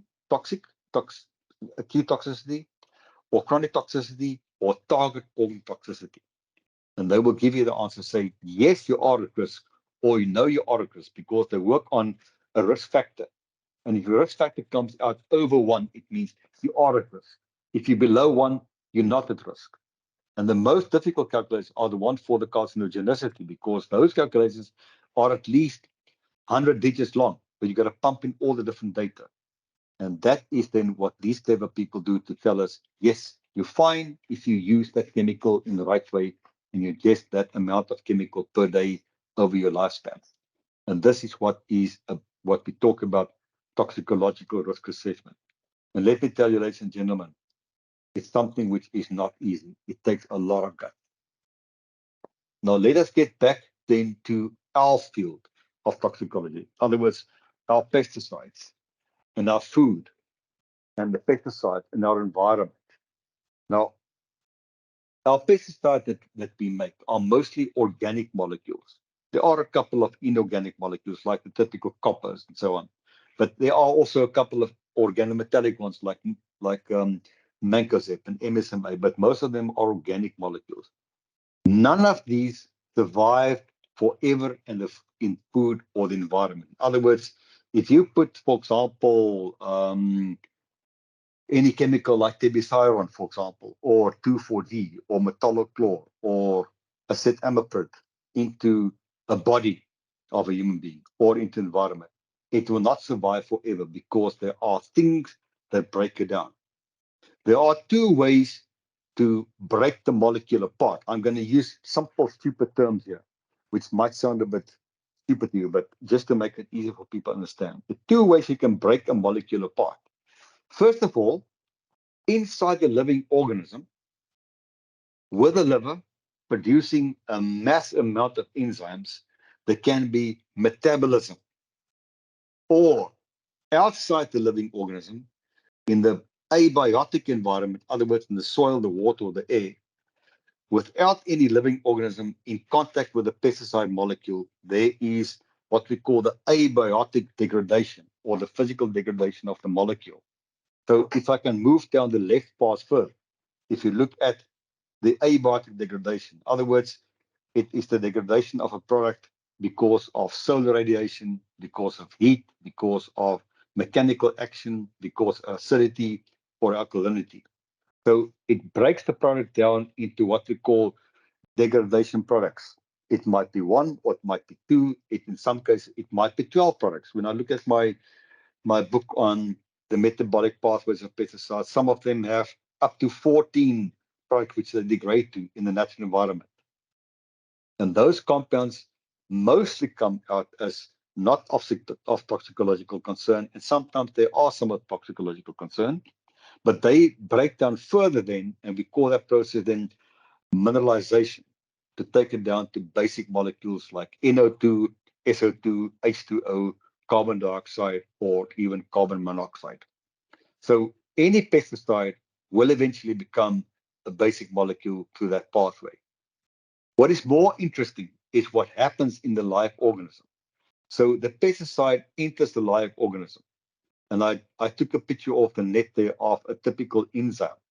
And the enzymes are these macrobiological molecules that cause the metabolism of the molecule. So they break the molecules into metabolites. And the metabolites, in some cases, may be the same as the physical degradation products, but they're mostly different from them. So they make metabolites anything from 1 to possibly 6 or 7 metabolites. And like I said, some of them might be more hideous than the parent molecule. Some of them are completely benign. They mean absolutely nothing, especially when you get a molecule which binds with glutathione, and the glutathione takes it to an enzyme, and the enzyme eats it up for food. It spits out carbon dioxide and water on the other side. Nothing will remain. So the metabolites can then further be metabolized or broken down into fragments, and the fragments will mineralize in the body and become the same basic molecules as we find with the abiotic pathways. Okay? And what is required then from us as toxicologists working in the arena of pesticide toxicology is to look at all the metabolites and all the degradation products and evaluate for them for their toxicity. Because some of them, look at this, borate breaks down to methylmetaphos quite rapidly, unless you've got a very stable formulation to protect the molecule from that physical degradation. Thimersoxam, we know, goes immediately, virtually immediately, to clothianidine. Trichlorfon, which some of you might remember, the older folks, breaks down to dichlorphos. So it doesn't mean because it's a metabolite, it's not toxic. It doesn't mean because it's a degradation product, it's not toxic. There are physical examples of breakdown products which are toxic or even more toxic than the parent compounds. So I hope you understand that toxicology is not just about the parent molecule or the base molecule. It's also about the breakdown compounds or the metabolites, or what we also call then the secondary or the third grade fragments. It might mean that the metabolites are totally non-toxic. To give an example, if you look at the metabolites of imidacloprid, there are 5 metabolites, and only one is of some toxicological concern. The others are completely of no toxicological concern whatsoever. And I think I've got a slide to talk about this a little bit later on, but let me carry on. I hope you understand the process. So there's 2 different pathways. There's the abiotic, in other words, outside a biological organism, physical breakdown, and there's the biotic breakdown, which happens in a live organism. And this is where I often bash heads with people that think they know something about chemistry and toxicology, which they don't know. So I chose one of my unfavorite molecules, turbifos, to show you what happens with turbifos in terms of metabolism and in terms of physical degradation. This is a very busy slide. So to give you the idea of what happens with a metabolic pathway, there's something called oxidative metabolism. So there's some enzyme which oxidizes the sulfur atom there. It takes the sulfur atom out and replaces the sulfur atom then with, no, sorry, I'm talking rubbish here.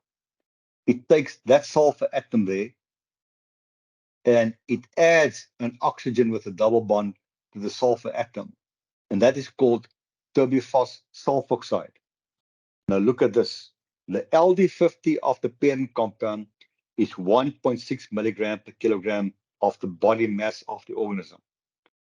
The sulfoxide is 3.4 milligram per kilogram of the body mass of the target organism. In other words, toxicity is significantly lowered because of the oxidative metabolism. Then in the same liver, there's another process where another oxygen is added onto the same sulfur atom, which becomes a sulfoxide.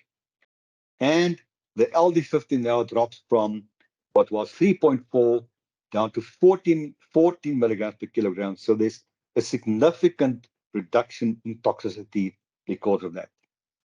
So when you feed an animal this turbofos, and let me tell you, turbofos is a difficult bugger. I've seen it with cattle, I've seen it with people, I've seen it with dogs. The chance of survival is very slim if they ingest this stuff. But if it's in an animal with a multiple gut, like a ruminant, they got a better chance because there is salt oxidation, and there's another salt oxidation to produce the sulfoxide and the sulfone that becomes much less toxic. Right. On the other side, outside the live organism, there's also oxidative metabolism. No, sorry. In the live organism, there's also oxidative metabolism, where that sulfur atom on top of the phosphorus is replaced by oxygen, and that becomes the molecule known as turbofoxon. Again, toxicity goes from 1.6 down to 2.2 milligrams per kilogram. Then that molecule undergoes another set of oxidative metabolism, and it picks up another oxygen on the same sulfur, which we oxidized over there, and then you get the turbofoxon sulfoxide, and look at that LD50. That's the same one as we got there. Even though they're two different molecules, the toxicity is identical. And then there's another metabolism where it picks up another oxygen to form a sulfone. And look at this. Even though it picked up another oxygen atom, the toxicity is the same. How do we know this? Because toxicologists spent a lot of time and a lot of money and a lot of effort to work out exactly what is the toxicity. So the challenge for us as organic chemists, like, we got to go and make these molecules in the lab. And yeah, to synthesize turbofos is quite a simple process. It's not difficult. It's a cheap process. You can do it in one morning if you're quick and rapid with your test tubes in your lab. And then what you do is you take the molecule and you oxidize the molecule. And we've got many types of oxidants we can use. And then you isolate all these molecules, 1, 2, 3, 4, 5 of them. You isolate them. You have them enough quantity to be able to do toxicity, and you call your toxicologist with their rats and mice. You say, right, let us go and determine what are the LD50s. And this is what goes into your portfolio when you submit your tox part of your dossier to the Registrar of Act 36 of 1947. And most of this work is actually done overseas because we don't have the capacity or the labs in the country to do this sort of stuff. But this is, I wanted to show you this, to show you how difficult the work is of a toxicologist together with an organic chemist to determine what is the toxicity of the entire complex of the parent compound and all the metabolites. Now, what I didn't do here for you is to show you what happens with turbofos outside a live organism. That's a different story. And just to put it into short terms for you, turbofos outside the live organism does not undergo oxidative metabolism or oxidative reactions. So it doesn't pick up oxygen on a sulfur. It doesn't replace that sulfur with an oxygen.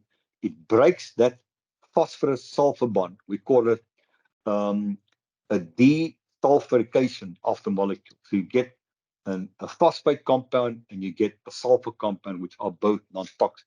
That's what happens outside a live organism in the water or in the soil. So in the water and the soil, it is quite easily detoxified.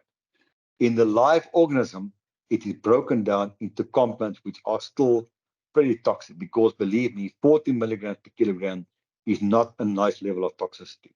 1.6 is hellishly toxic. 3.4 is also quite toxic, and the same with 2.2. So it is a potent toxin even in the gut of an animal where it undergoes this type of degradation. And to give you an idea of the physical degradation, I took our favorite molecule, glyphosate. So look at glyphosate. It says in normal water, it has a short half-life of a couple of weeks. So it forms basically sarcosine, which is an amino acid, which breaks down then to glycine. It forms a glycolic acid, which turns into carbon dioxide, which means it is mineralized completely, and it forms amino methyl phosphonic acid, which is then also mineralized into P. That PI stands there for inorganic phosphorus, and into basic methylamine, which is a gaseous substance. So that's what happens into glyphosate in normal water with a pH anything between 5.4 and about 7.4. But when it comes to a point where you've got very hard water, then the calcium in the water forms a complex with the molecule. And don't look at all the terms. These are chemical terms. I just want to explain to you that the tridentate ligand means that the calcium ion is bonded with weak bonds to 3 posts on the glyphosate molecule. So the one oxygen, the nitrogen, and the other oxygen, they all bind with weak van der Waals bonds to the calcium ion. And that thing can stay alive in the soil for years and years and years, but it is not bioavailable, because what the plant wants is glyphosate to have the effect on the plant to kill the plant off. If the plant makes contact with it, it will have no effect on the plant. So if you look at the other side of the picture, this is now inside the plant itself, where there's enzymatic action. This is the microbial degradation. The enzyme, look at it, it talks about oxygenase. So it also breaks down, eventually forming formaldehyde and elemental phosphorus. Now, the moment you show this to the greenies, I won't mention from which particular place they come from in our country, but immediately when they see formaldehyde, they all go, ooh, heart attacks, rubbish. The entire nature is rotten with formaldehyde. If you have ants in your garden, you've got formaldehyde, because ants use formaldehyde as a chemical warfare agent. Did you know that? They make formaldehyde. That's why they call the formicidae. That is where the formicidae come from formaldehyde, therefore. So two completely different ways in breaking the molecule down. One is the physical one, and one is the metabolic one, and they all break down into elemental phosphorus. On the one side, you've got a bit of an amino alkaline or amino alkane compound, and you also have a bit of carbon dioxide coming off. So this is just an idea of these things to consider. So again, the question will be asked then by regulatory authorities, but how toxic is the glycine? We know it is an amino acid, not toxic. How toxic is the sarcosine? It's an amino acid, no worries. The only one of worry here is the amino methyl phosphonic acid. And the only place it was found to have any considerable effect was it is a potential, not proven, a potential frog development toxin. Okay, and this is something which is still debated in natural sciences, but this is the stuff that people look at for. And again, for your sake, I hope you all today understand that you have a duty towards science and yourselves to tell people, I can only talk about the science. I cannot talk about your beliefs. Now, recently I saw a very beautiful little script on the WhatsApps, which we get from Rod now and again, which says, science cares bugger all about your opinion.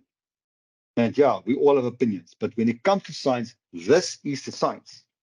If your opinion is glyphosate is so toxic to a person, science says, I don't care about it because science proven that glyphosate is not as toxic as your opinion might say to you. Finish and cloud. No more about that, story ended. The big question is then, if you go and look at the ADIs and the RFDs, and the ADI is what I hope you all know by now, is the acceptable daily intake of a toxin in the human body over your entire lifetime without any adverse effects or any harm to the health of that human being. That is what the ADI means. In other words, we know for a fact now, the latest EPA results on glyphosate says you can ingest 0.5 milligram per kilogram of your body weight per day of glyphosate without any risk of any harm to your health of yourself. So I know I weigh currently 81 kilograms. In other words, 81 times 0.5. In other words, I can ingest 40 milligrams per day of glyphosate in my food, which I don't think I will ever ingest without having any possible adverse effects to my health. Right. And again, this is based on animal studies and it's modeled by the clever toxicologist. And included in that is, listen to this one clearly now, there's a 100-fold safety factor. A 100-fold safety factor. So even if I ingest 40 times 100, 4 grams of glyphosate per day, the chance of developing anything in my body is still extremely limited.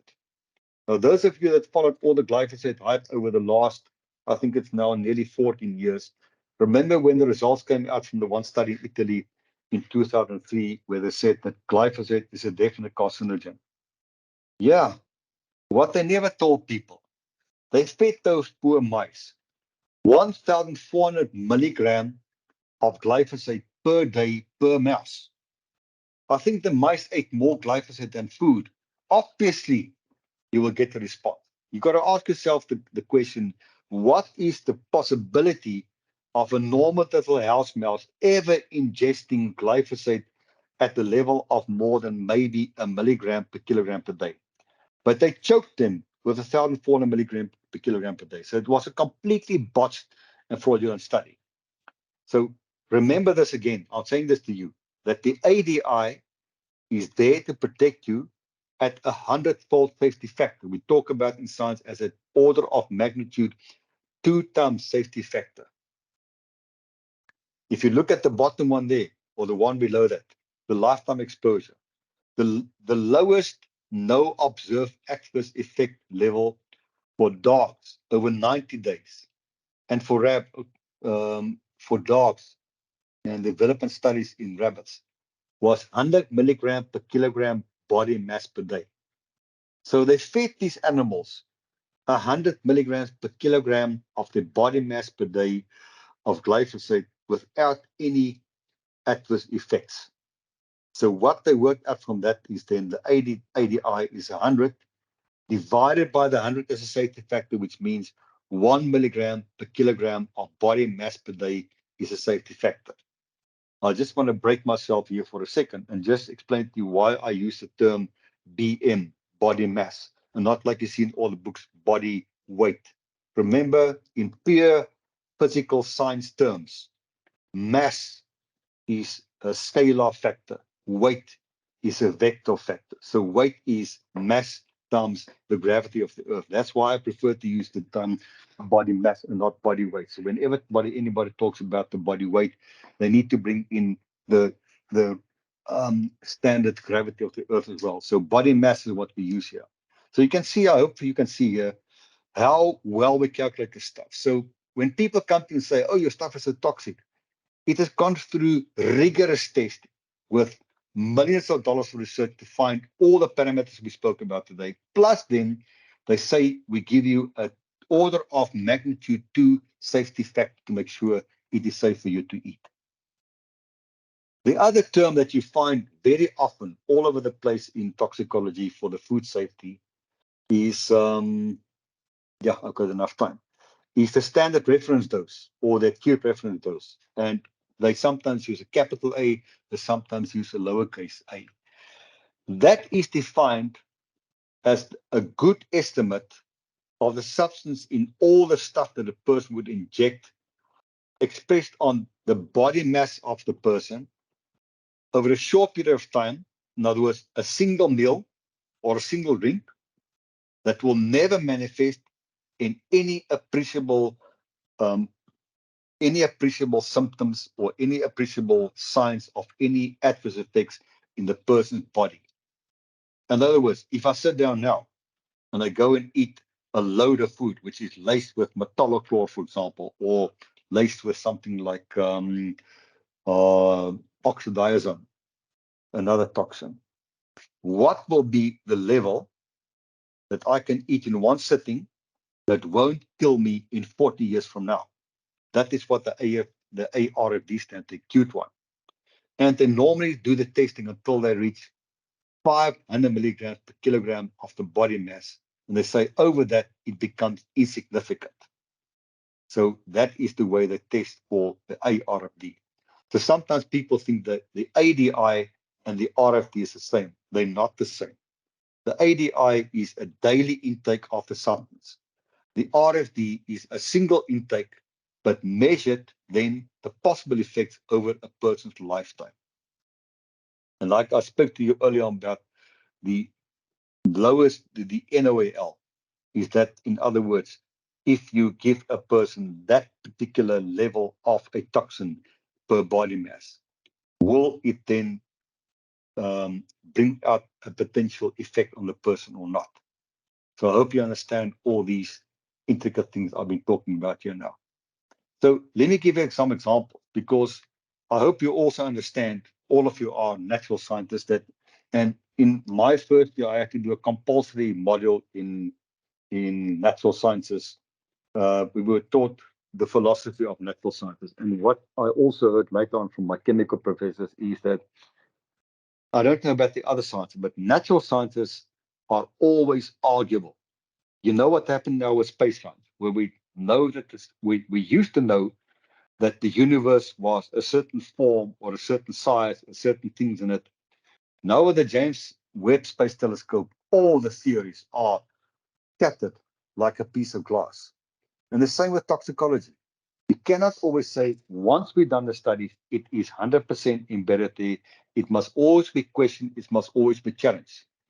And if you look at the table I put up there, you will see that not even different authorities can come to the same understanding about the parameters that we go and test for.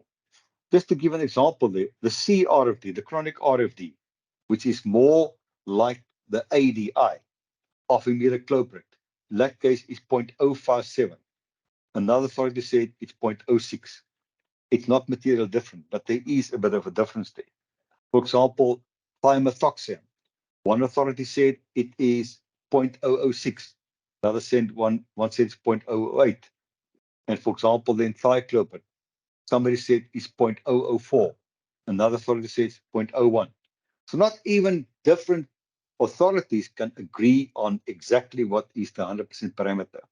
And that's why they've got something called the JMPR, which is a joint committee to look at pesticide residues. So they take all the data from the EPA, the WHO, the FAO, the European Food Safety Association, the stuff done in Japan, which does a lot of really sterling work in toxicology, and also Kangaroo Lands Australians, who also do a lot of really good stuff.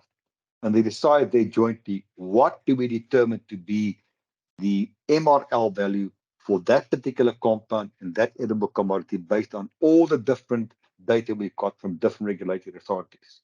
And that meeting happens I think it happens once a year for them to come to agreement. And sometimes they can't agree, and every country goes away and says, but I will have my own authority in terms of that. So for you working in the field of pesticides and regulatory, I think you all understand that we've got that thing called the maximum residual limit, which is the allowed concentration of the substance in our food that we have to eat every day. And again, that is based on the food basket of the country. And I can guarantee you But the food basket of South Africa is different from that in Europe, and that's why in Europe they've got other MRLs which are not the same as the MRLs we got in South Africa. And the toxicologists need to look at the ADI, they need to look at the acute reference dose, and they need to look at the chronic reference dose, the CRFD values, to calculate what is the MRL for that particular food source in the country. I see I made a spelling mistake there, but I'll correct it later. So if you look at on the right-hand side, I've taken cypermethrin, which is a well-known pyrethroid, which is very widely used because it's such a wonderful pyrethroid. Look at apples. It's 0.5 milligram per kilogram per day. It's for beans 0.1, for broccoli 0.1, for canola 0.5, for peanuts 0.05, for lemons 0.2, maize 0.5, tomatoes 0.2, for wine grains 0.05. Now, you might ask the question, but why do we have such a wide range of MRLs for the same active ingredient on stuff we eat so often? And this is where the people do the calculations, because they work out, okay, how often do South Africans eat beans? Very often. How often do we eat broccoli? In my house, every single day. How often do we use canola? Canola oil, very often. In some households. In other households, very seldom. Lemons, a little bit. So the quantity of the intake of that commodity, like apples, then helps them to make the decision on what the MRL should be. So the less you eat of that particular food commodity, the higher the MRL can expect it to be. But then you get the outlying ones, like peanuts and like wine grapes. And it comes into the fact that peanuts are a favorite food of all the children. You think about the peanut butter consumed. I know in my household, I don't know about yours, but in my household, a 1 kilogram tub of peanut butter has a half-life of not more than 3.5 days. In other words, it's got a lifespan of 7 to 8 days in my household. So children eat a lot. And that is why the tolerance for cypermethrin in peanuts is only 0.05, because of the fact that children eat such a lot of peanut butter and also peanut as a snack. And obviously, to my dear buddies in CropLife SA and my dear colleagues, all of you on the team, why is it so low for wine? Because people guzzle bloody wine. No other reason. I hope it makes sense here. I don't see anybody showing a thumbs down for me or a thumbs up. But this is why we've got these different levels, because there's a lot of alcohol consumption, a lot of peanut butter being eaten, not too many apples, a lot of beans, a lot of broccoli, canola in the oil, lemons. Yeah, I know my daughter eats lemons like I eat oranges, and maize. Not everybody. I don't eat maize. I come from the Karoo, so in the Karoo we don't eat maize. Finish and klar. It's a matter of principle. That is why these things differ, and that makes what makes the science of food and food safety and toxicology so interesting for me.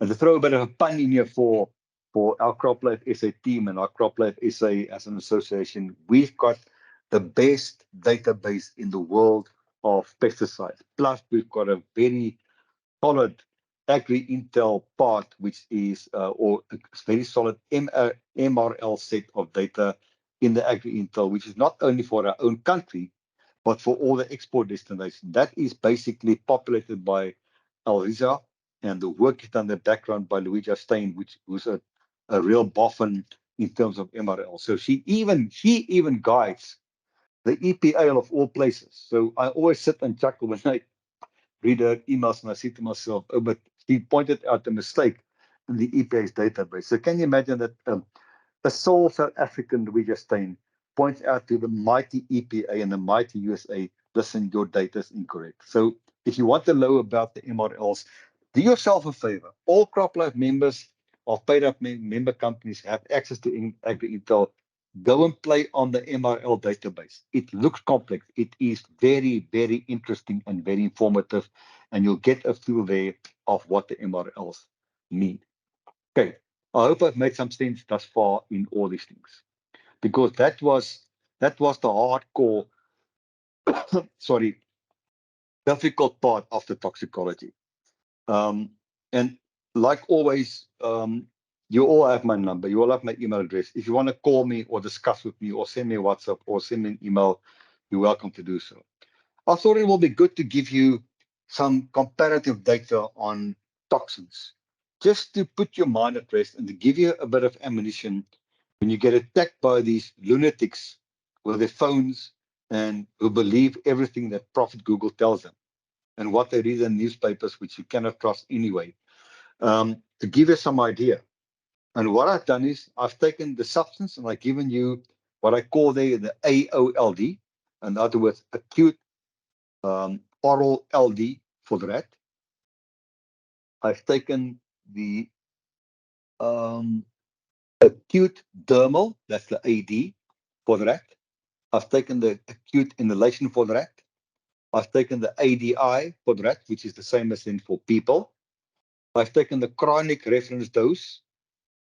I've taken the lowest observed adverse effect level and the no observed adverse effect level for the rat. And I compared different toxins. The first one there is MSMA.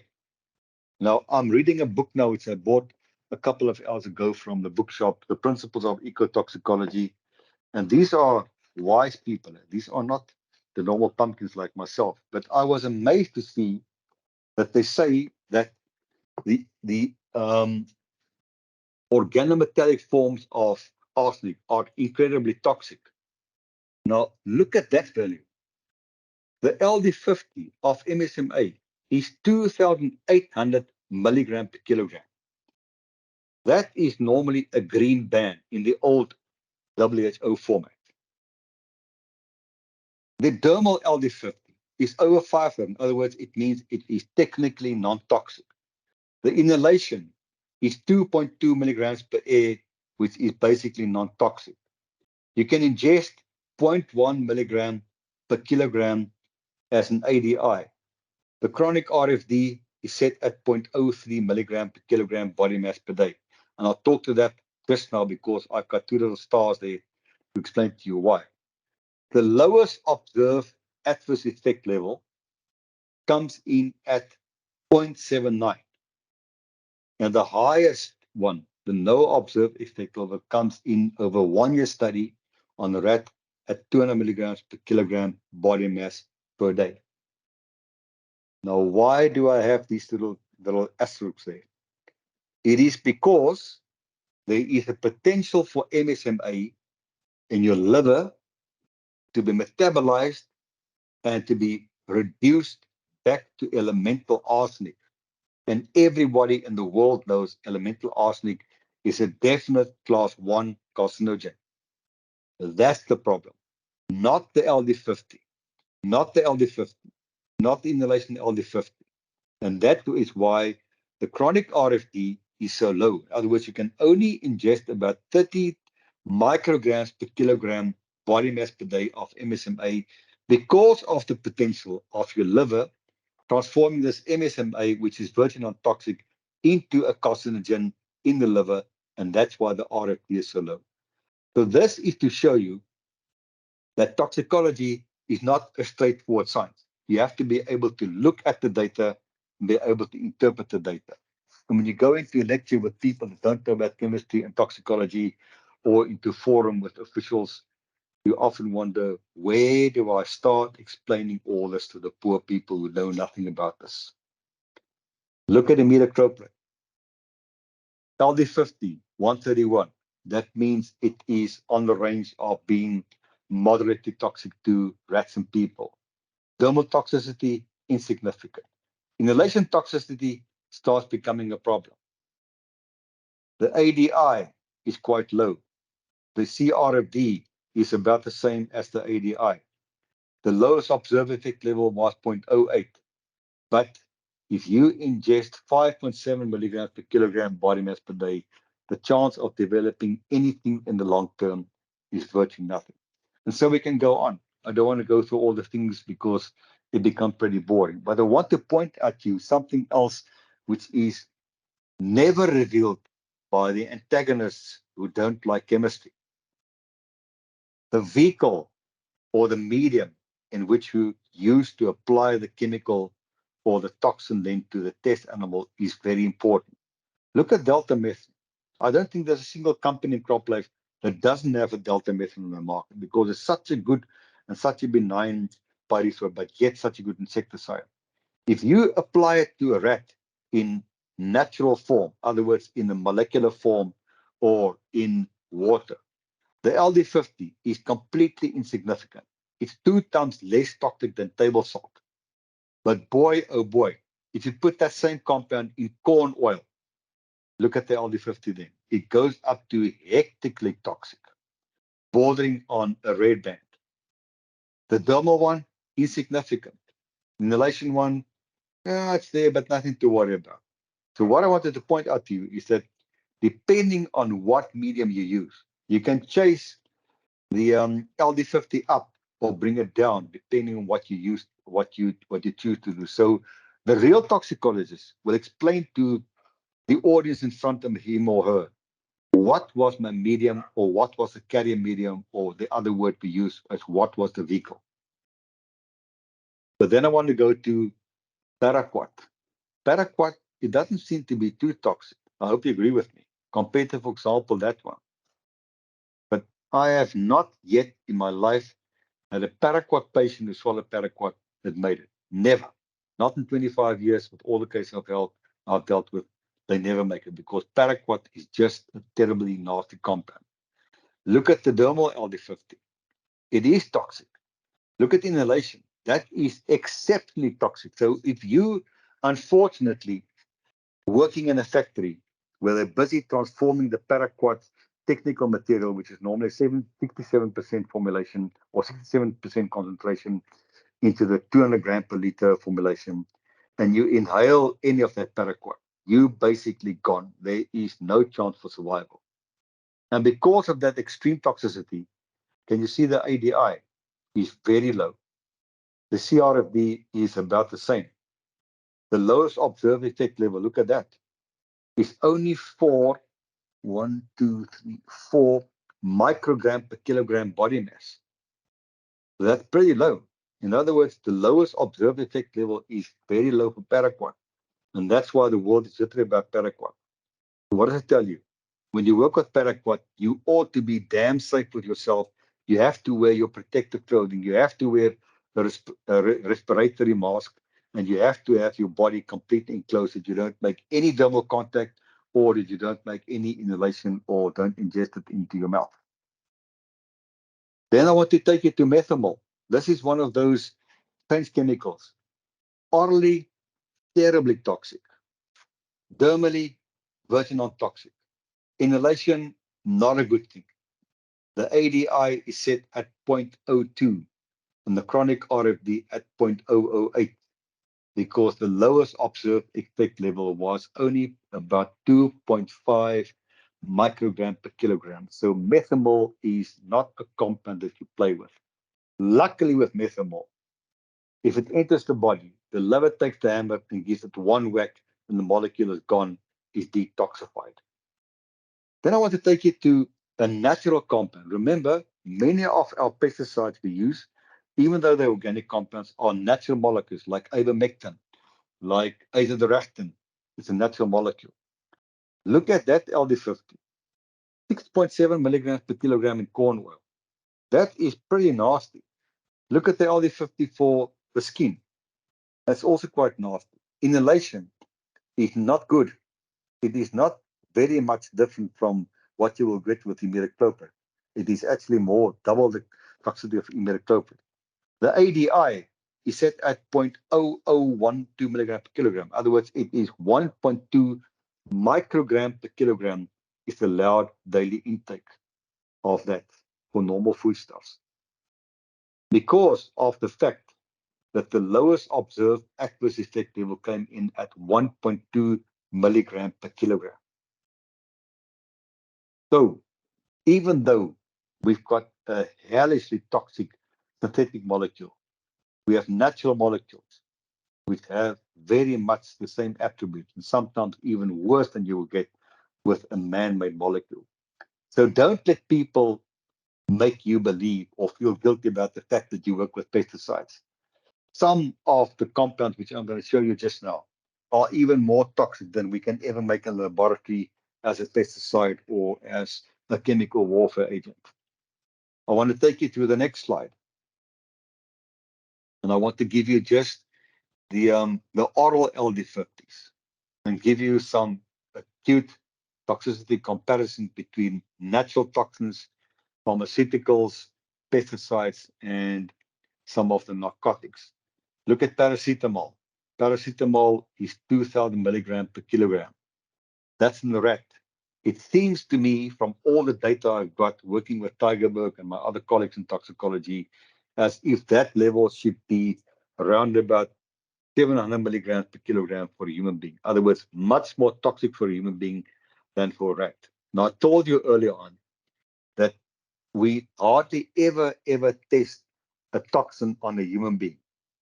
But I can guarantee you, if you go and do a broad-based study now, you will find that most of our poisons in the country, and that is confirmed by Tigerberg Poison Center, is because of paracetamol overdose. Look at turbiphos, insecticide. It's anthropogenic, which means it's man-made. 1.6 milligrams per kilogram. You saw it in a slide a couple of minutes ago. That is very toxic by any means. And those of you that remember LD-carb, the LD-carb, LD50 was 0.97 milligrams per kilogram. In other words, turbiphos is slightly less toxic than LD-carb. And I think you all know how toxic LD-carb is. But let's go down to Mother Nature then. The Japanese pufferfish, which produces that alkaloidal toxin called tetrodotoxin, that's 0.334 milligram per kilogram. If you eat that, you will have to call the ambulance because you ain't going to make it. You're going to be definitely gone. And I've chosen one of the better pharmaceuticals, ibuprofen. Look at that, 636 milligrams per kilogram. If I open my green pesticide manual, which is lying on my desk next to me, and a page through it, and I just want to open one or two for you just to read you. What will I take? Fluroxypyr. Fluroxypyr is a herbicide that is not very well known, but it is in our country. The LD50 of fluroxypyr is 5,000 milligrams per kilogram. Okay, people are scared of it, but they're not scared to take an ibuprofen tablet. Why not? Because they know bugger all about toxicology. That's why. Look at cypermethrin. This is one of the most, or one of the least toxic insecticides in the market, one of the most compatible, especially with birds, because the bird LD50, I'm talking about that one here, the bird LD50 for cypermethrin is 10,000 milligrams per kilogram for birds. So you technically cannot kill a bird with cypermethrin. But then we get to my favorite one, and that is bird toxin, which comes from Clostridium botulinum, which causes food poisoning. Look at that. 0.001 milligram per kilogram. That is exceptionally toxic. So that is why when you get food poisoning, you feel that you want to die, and you feel that somebody must come and rather shoot you because you know what you feel like when you get that poisoning. Then my own ultimate favorite is the wonderful plant that comes out of Ethiopia called coffee arabica, which contains caffeine as a stimulant. And look at the LD50 there, 57 milligrams per kilogram. That is the LD50. Now, I must admit that I'm sure I ingest bloody close to that per day because I guzzle coffee at the rate of about 3.5 liters per day. So I think I might be taking a chance. Yeah, if something happens to me and you get the call, you know, I must have overdosed on the coffee because I just cannot live without any coffee. Then look at methanol. It's wood alcohol. And why we call it wood alcohol is because when you distill wood, it produces methanol and not ethanol, like when you distill sugar or sugarcane oil in other plants. The LD50 is 810 milligrams per kilogram. That's not the issue. The issue is it causes temporal or permanent blindness.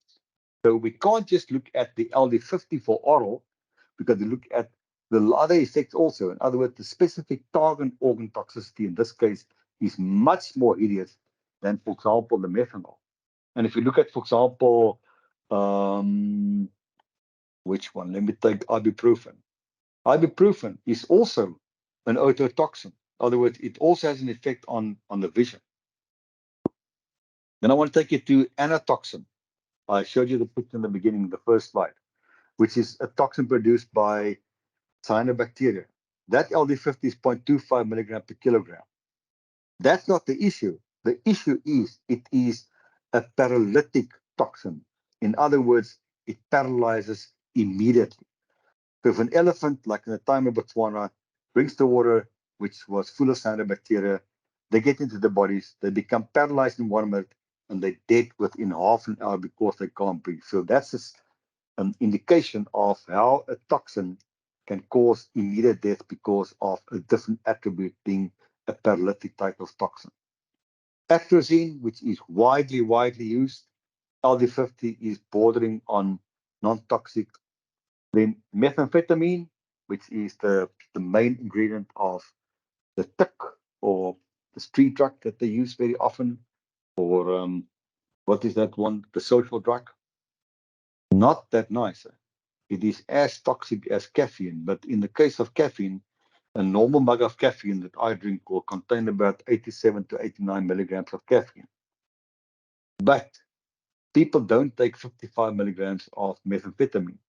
They take about 1 gram of it.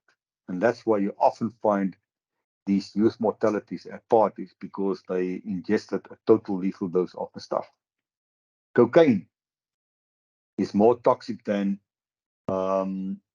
it's also, where's the word? It's also an alkaloidal toxin. It comes from the Retoxylum gracilipis, the tree in which grows in Bolivia. It is pretty toxic, but the problem is it's a totally binding narcotic. So the people I work with, the epidemiologists and the narcotic bureau people tell me if you're taking your first shot of cocaine, there is no chance of surviving it. You will eventually die. Look at mamba venom. It's as toxic as, for example, anatoxin. We all know that the black mamba, it might not be the most venomous snake in Africa, but it is certainly a potent snake. If you get bitten by a black mamba, your chance of survival is not very good. And then lastly, a favorite of El Riza, who's not on a call today because he's bit with another call, is the scorpions, the thick-tailed scorpion, the Parabusus granulatus. That is extremely toxic by any means. And I don't know if anybody of you have ever felt the sting of a thick-tailed scorpion. Luckily for me, not yet. It might happen because I'm off in the veld and I hunt a lot. So if you get stung by that, you are going to be very, very ill. But luckily, the antivenom for the black mamba also works for the thick-tailed scorpion. So this is to put toxicology into a broad-based perspective for you. And why I'm giving you this, because I am getting irritated beyond repair. That's why I drink so much coffee. I'm getting irritated beyond repair with all these people that are anti-pesticide. Because what Mother Nature makes, look at 1, 2, 3, 4, 5, 6, is definitely much more toxic than what we get ourselves in our pesticide arena or what you can make in the laboratory. So if people talk about poisons, they must go and look at the broad spectrum and they must stay indoors in a little enclave in a cocoon and not go outside because even the plants in the garden are toxic. And I always tell people, as a toxicologist and a chemist and a nature lover, if I want to kill a person, I don't have to go and buy a pesticide. I don't have to go and use my guns or a knife or anything. I walk into the veld, I harvest the plant, I make up a salad, I feed the people, end of the story. Simple as that. Because nature is full of toxins. If you come to my part of the world, which is the Eastern Cape with the Valley Bushveld, we've got a couple of beautiful plants here that carry extremely toxic plants or extremely toxic chemicals in the system. So Mother Nature gives us a lot of good tools to work with if we want to be a mischievous. What I also want to show you is this thing between the LD50 between one species and the next species for exactly the same type of active ingredient. And I've just chosen at random a lot of our different pesticides that we use in South Africa. And to give you an idea, of what the LD50 means. Look at cometetrolol. That is a first generation anticoagulant rodenticide. So it is very toxic for rats. It is much less toxic for mice. It is non-toxic to birds. It is virtually non-toxic to fish because fish only becomes sensitive at the level of below 0.1 milligram, no, below 1 milligram per liter. And then for the bees, we don't have any toxicity for that. So you see the diversity there. Again, like I say to you, you got to have an open mind when you talk to people about this because every pesticide or every toxin has its own effect on every living organism. And that's why the sweeping statements of something is toxic hold no ground whatsoever. Look at rotenone. Rotenone is a natural toxin. It's used as a fish poison. It is very toxic to mildly toxic to rats. It's mildly toxic to mice. Not toxic to birds really, but look at the fish toxicity. And that's why, for example, if you have an invasive fish species like the trout in the Western Cape rivers, you can take all the fish out with rotenone and restock with the minerals that's supposed to be in that area. So rotenone is used for that as a conservation management tool. The next one on the chart there is diazonon. And look at that. The LD50 for the rat is 1140, which is very low toxicity compared to, for example, cometetrolol. For the mouse, much more toxic. For birds, hellishly toxic. And we found it when I started working as a conservationist in about 1987. We had a lot of bird poison because of diazonon. And yet you can use diazonon on sheep for revenge to kill blowflies because its toxicity for mammals is not really of any significance. Okay, but it is also quite toxic to fish and it is very toxic to bees also. Terbithyron is one of the chemicals I use in the case of a spill as a barometer because it is a pretty tough molecule. It doesn't get metabolized. It doesn't get broken down by any physical means. So it stays in the environment for a long time. But it is medium toxicity for rats and mice. Same for birds. For fish, not really toxic. And for bees, non-toxic. Anything over 100 microgram per bee is deemed to be non-toxic. There's a case of a herbicide which is hellishly toxic to plants with virtually no toxicity towards the mammal or the animal part of the biosphere. And then I've taken lambda-cyhalothrin, which is a favorite for most people to do control of things like cutworm in the maize. You can see there, look at the fish toxicity. That is significantly toxic to fish. If you drop a drop of that into a fish pond, the fish have no chance of survival. I've taken tebuconazole, which is a fungicide, which we use all over the show. It's even used in topical treatment for people when you've got ringworm and stuff like this. Look at the LD50s. There's nothing there of concern to man or beast. So there's a compound, man-made, very good fungicide, tox risk for that thing, virtually nothing. Then look at thiamethoxam. Mammal LD50, nothing significant. Bird LD50, yeah, we got to worry a bit.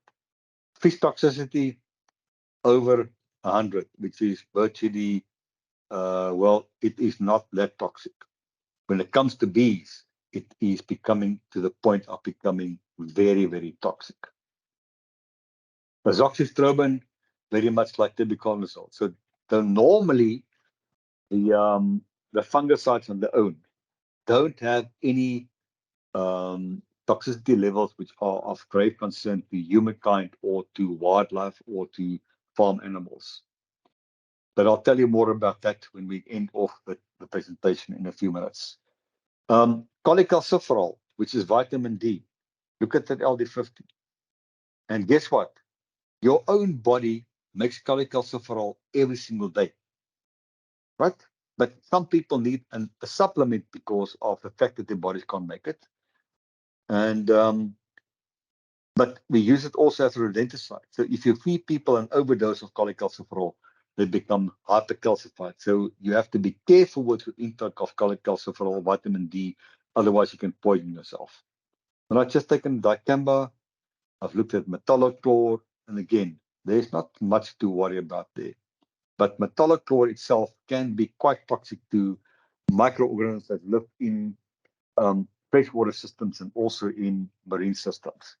And the last one there is dichlorphos. So what I wanted to explain to you with this table is that the diversity of figures goes from 0.0024 and 0.00007 up to over 5,000. So again, you must thus define the chemical, you must define the test species before you can talk about toxicity.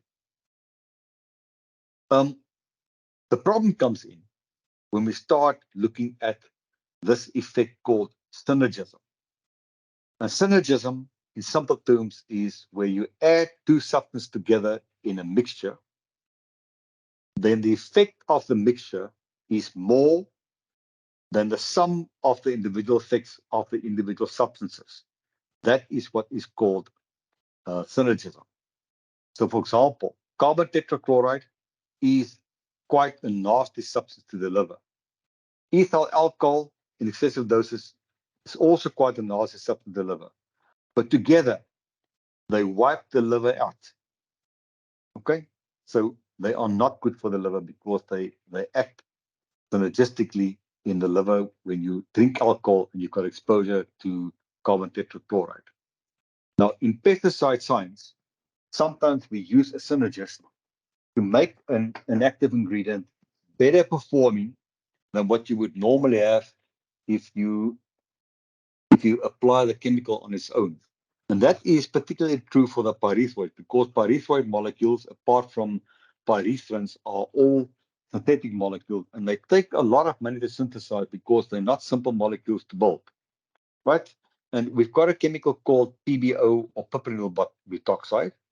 And what the PBO does in the insect biosystem is it prevents the sodium channel where the pyrethroid molecule normally acts on the central nervous system. And it prevents that sodium channel from combating the effect of the pyrethroid. So insects have the ability, if you apply only the pyrethroid, to combat the effect of the pyrethroid by exciting the system or depressing the system to combat the effect of the pyrethroid. So what you do to overcome that, call it fighting of the insect against the pyrethroid, is add the PBO, and then it causes the channel or the sodium channel to overflow with sodium ions, and then it excites the system so much that it shuts the CNS system down. If you add the pyrethroid, then that insect is basically completely gone. So to give an idea there, that is the LD50 of delta methylene for a bee. It is pretty toxic. It's 0.012 microgram per bee, which is virtually nothing. But if you add delta methylene and you add fivefold the quantity of PBO to it, it increases the toxicity to bees probably up to 100-fold, nothing less than 10 times more, and probably an order of magnitude more to make it properly functional in the bee. So you've got to have a little bit of delta methylene and quite a big lump of PBO to make your product work effectively. And you'll see very often on the normal spray cans that you use in your homes for flies and mosquitoes and stuff like this, that there's a tetramethrin and an S-pythrin and PBO, because those are what we call the softer pyrethroids. They're not very effective, but if you add PBO, they become super duper effective at a very low dose rate. And the nice thing about PBO is the mammal toxicity is totally zero. It doesn't affect mammals at all. So it won't affect the person if you inhale it yourself. The worrying thing is what we never hear from the toxicologists that work in our pesticide arena. And I'm going to take an example for you of acetamiprid. So acetamiprid is a typical neonicotinoid. It belongs to the cyano group. You can see up there, it has a cyano group instead of an NO2, which is the group like, for example, thimethoxam and imidacloprid. So it is toxic to a bee. It's 7.1 microgram per bee. obviously less toxic than a pyrethroid and much less toxic than imidacloprid. If we take propiconazole is 46 micrograms per B. That is virtually non-toxic. But if you add these two together in a spray program, it becomes 105 times more toxic to a bee than the individual compounds themselves. And that's why, from CropLife perspective, we always preach to people, don't make an unlabeled tank mixture. I'm saying it again, do not make an unlabeled tank mixture because you might be causing a synergistic effect that is going to take your bees out. It might even take your crop out, or it might take out something else which you never knew about because we don't always know about the possible synergistic effects between a fungicide, an insecticide, or a herbicide, and insecticide. And I know, for example, if you add thiamethoxam to 2,4-D in a spray tank, it becomes 10,000 times more toxic to a bee than the thiamethoxam itself. So this is a reason why we always tell people in CropLife SA, stick to the label and don't make your own concoction. Right? And this is just an example of how synergism works in terms of toxicology. And then my last slide is, a toxicologist can't just look at the chemistry, the test tube, the human food, etc., etc. We also look at what happens to the molecule in the environment.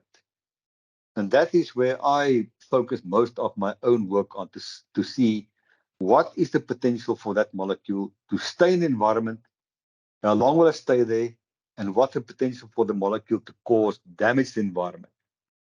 But you need to understand the soul of the molecule to be able to make that judgment call, and you need to have all the physical parameters for you because we look at 4 different arenas. The biosphere is pretty well covered because we got a lot of toxicology data there for the aquatics, for the terrestrial animals, and even down to the level of algae and microbes and stuff like this.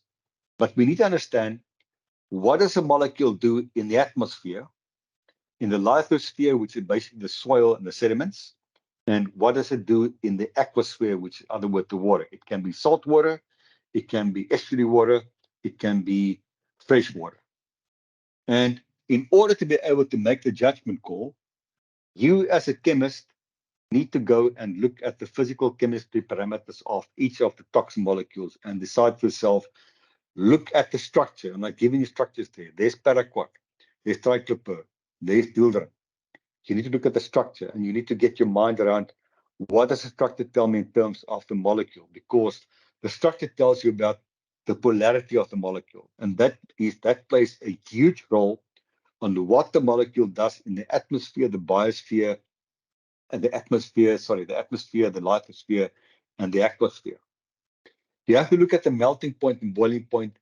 It is not that significant in terms of the pesticides because we hardly ever work with temperatures that will melt them or boil them off. But the vapor pressure becomes important when you work with things like 2,4-D, atrazine, dicamba, and those that can volatilize and go into the atmosphere and drift off and damage plants on another place where they're not supposed to be. The water solubility and the organic phase solubility are critically important factors. Now, what does the word mean, organic phase solubility? It is the organic counterpart of water solubility. For example, you can have a compound soluble in water, like, for example, MSMA, that we all know is soluble at 4.5 kilograms MSMA per liter of water. So there's more MSMA in the solution than water. If you try and dissolve MSMA in something like hexane, N-hexane, or heptane, or octane, or a paraffinic oil, it is not going to dissolve at all because it cannot go into the organic phase. So you have to understand what is the potential to be soluble in water or soluble in the organic solvent, because that plays a role on how the molecule will behave in the lithosphere and the aquasphere in particular. Then there are some terms which become a bit difficult to understand, but we talk about the octanol water partition coefficient. In other words, if you have an equal amount of octanol and an equal amount of octanol of water in a test tube, and you mix them up and you put your molecule into the water, will the molecule have a tendency to go to the water phase, or will it go to the octanol phase? And that tells you how long the molecule will survive in the environment, because the more the water goes into the octanol phase, the longer the survival potential or the half-life of the molecule is in the environment. And the more the water goes, or the more the molecule goes into water phase, the lower the potential is for the molecule to have a long half-life, because it is more soluble, it can be washed out, it can be dissipating, and it also can be broken down much more easily. Another coefficient we use is the organic carbon partition coefficient. In other words, that becomes important in terms of soils. If you work with a soil with a high carbon content, like if you talk about the farmers now that do xeritol, they got a lot of organic carbon there, in other words, the plant material.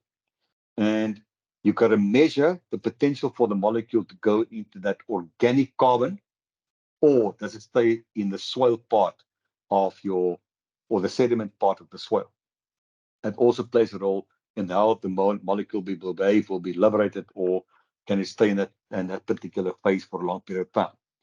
Then we also have to look at whether the molecule is stable to photolysis. Photolysis, in other words, solar radiation. In other words, the UV light that comes off the sun. Also look at whether it's stable at certain temperatures. Some molecules, believe it or not, do not like cold temperatures. Most molecules do not like hot temperatures over about 80 degrees Celsius. They will start breaking down. But most important for us is what is the stability in water, because water can either be acidic, neutral, or basic. So basic, we all know, is pH 7. Acidic means it is below 7, and alkaline means it is, or basic means it is over 7. Most of our natural waters run between 5.4 to about, it depends when you go from fresh into saline, it can be as high as 8.4 in saline water, and for estuary water can be 7.8 to about 8.1. You're going to go and test to see what does the pH of the water do to the molecule, and how long will the molecule survive in that particular environment. And then also important is the molecule susceptible to microbial breakdown? And with the work I've done with a company now that had a chemical spill, I had some astounding discoveries on how potent some of the microbes are to take a molecule and chew it up and spit it out as if there was nothing ever there. So microbial breakdown is a very important factor that you've got to count into your work when you start looking at the behavior of a molecule in the environment. And I want to just take you, as for the last few minutes, because we're getting to the end of our time, and look at, for example, at paraquat dichloride. I think by now you've heard from me that paraquat dichloride is a very toxic molecule for people. It is hellishly toxic. It is still a very important herbicide from my perspective, because it causes a burn down of the vegetative parts of the plant above the soil. It leaves the root base intact. In other words, the root maintains the integrity. It binds the soil. You don't get erosion. The question is now, if we have a spill of paraquat in the soil, what is the potential of that paraquat to start polluting the atmosphere, start poisoning other plants, start poisoning people, start poisoning the earthworms? The answer is a very simple: nothing, zero. Because paraquat is absorbed by the clay particle in the soil and bound completely irreversibly. And listen to this statistic now. It can stay on that clay particle for up to 210 years before it is broken down microbially. So even though paraquat is such a hectically toxic pesticide to birds and to mammals and so on, once it goes into the soil, it becomes totally nullified. The plants can't take it up because it is not absorbed by the roots. Not because it's bound to clay particles, simply because it is not absorbed by the roots. It is bound by the clay particles. So it sits there, it becomes what we call biologically completely unavailable. It can't cause any damage there. And if the molecule is liberated from the clay particle by whatever means, in a flush of water or by higher temperatures, and it goes into the water phase, it breaks down in the water, within 3 days to minerals. In other words, it become mineralized. So despite the fact it's such a toxic molecule, it has a couple of very important environmental attributes which still makes it compatible with the natural environment. If you look at triclopyr is a different gogga. If you add triclopyr to soil, it binds to the clay particles to a certain extent. It is very soluble in water compared to paraquat. Paraquat is very soluble in water. Triclopyr is equally soluble in water. But the molecule is mobile in water because it doesn't bite to the clay particles. So it walks around, it runs around, it goes all over the place, and it can be absorbed by the roots of plants. In other words, if you make a mistake and you spill paraquat on your farm and you get good rain and it runs down your river to other places, it can damage plants very far from the point of application. So that's the difference between something which is very toxic like paraquat and something which is of low toxicity to people, but with a very high potential for environmental impact. And then the last one there is dildron, which has now been banned for, I think, the last 40 years. It is non-polar. In other words, it doesn't stick to a particular clay particle.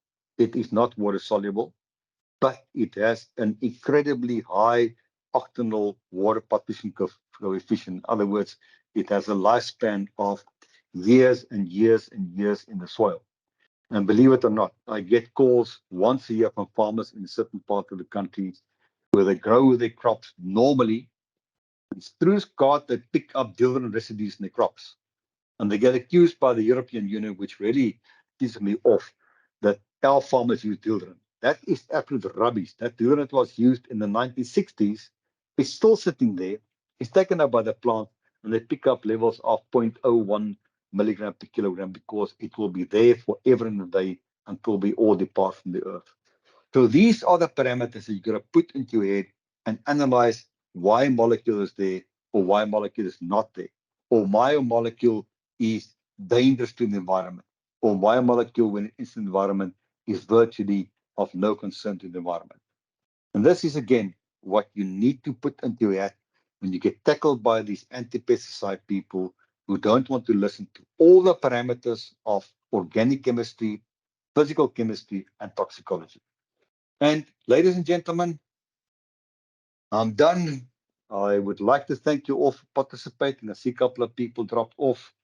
And I hope you learned a little bit today. I can tell you I had to spend 43 hours to prepare this. I learned a lot myself. I'm still learning. So if you have any questions, you're welcome to contact me. I just want to say again to our CPD participants, go to category number 2 on your portal. The assessment is there. Do the assessment, get your points, and add them then to your CPD points for this year. And with that, I would like to thank you all again for participating. It was a great audience, a large number of people. So keep well, have a good weekend, and don't stand back for the people that are anti-chemicals because we all eat toxins every single day. Goodbye.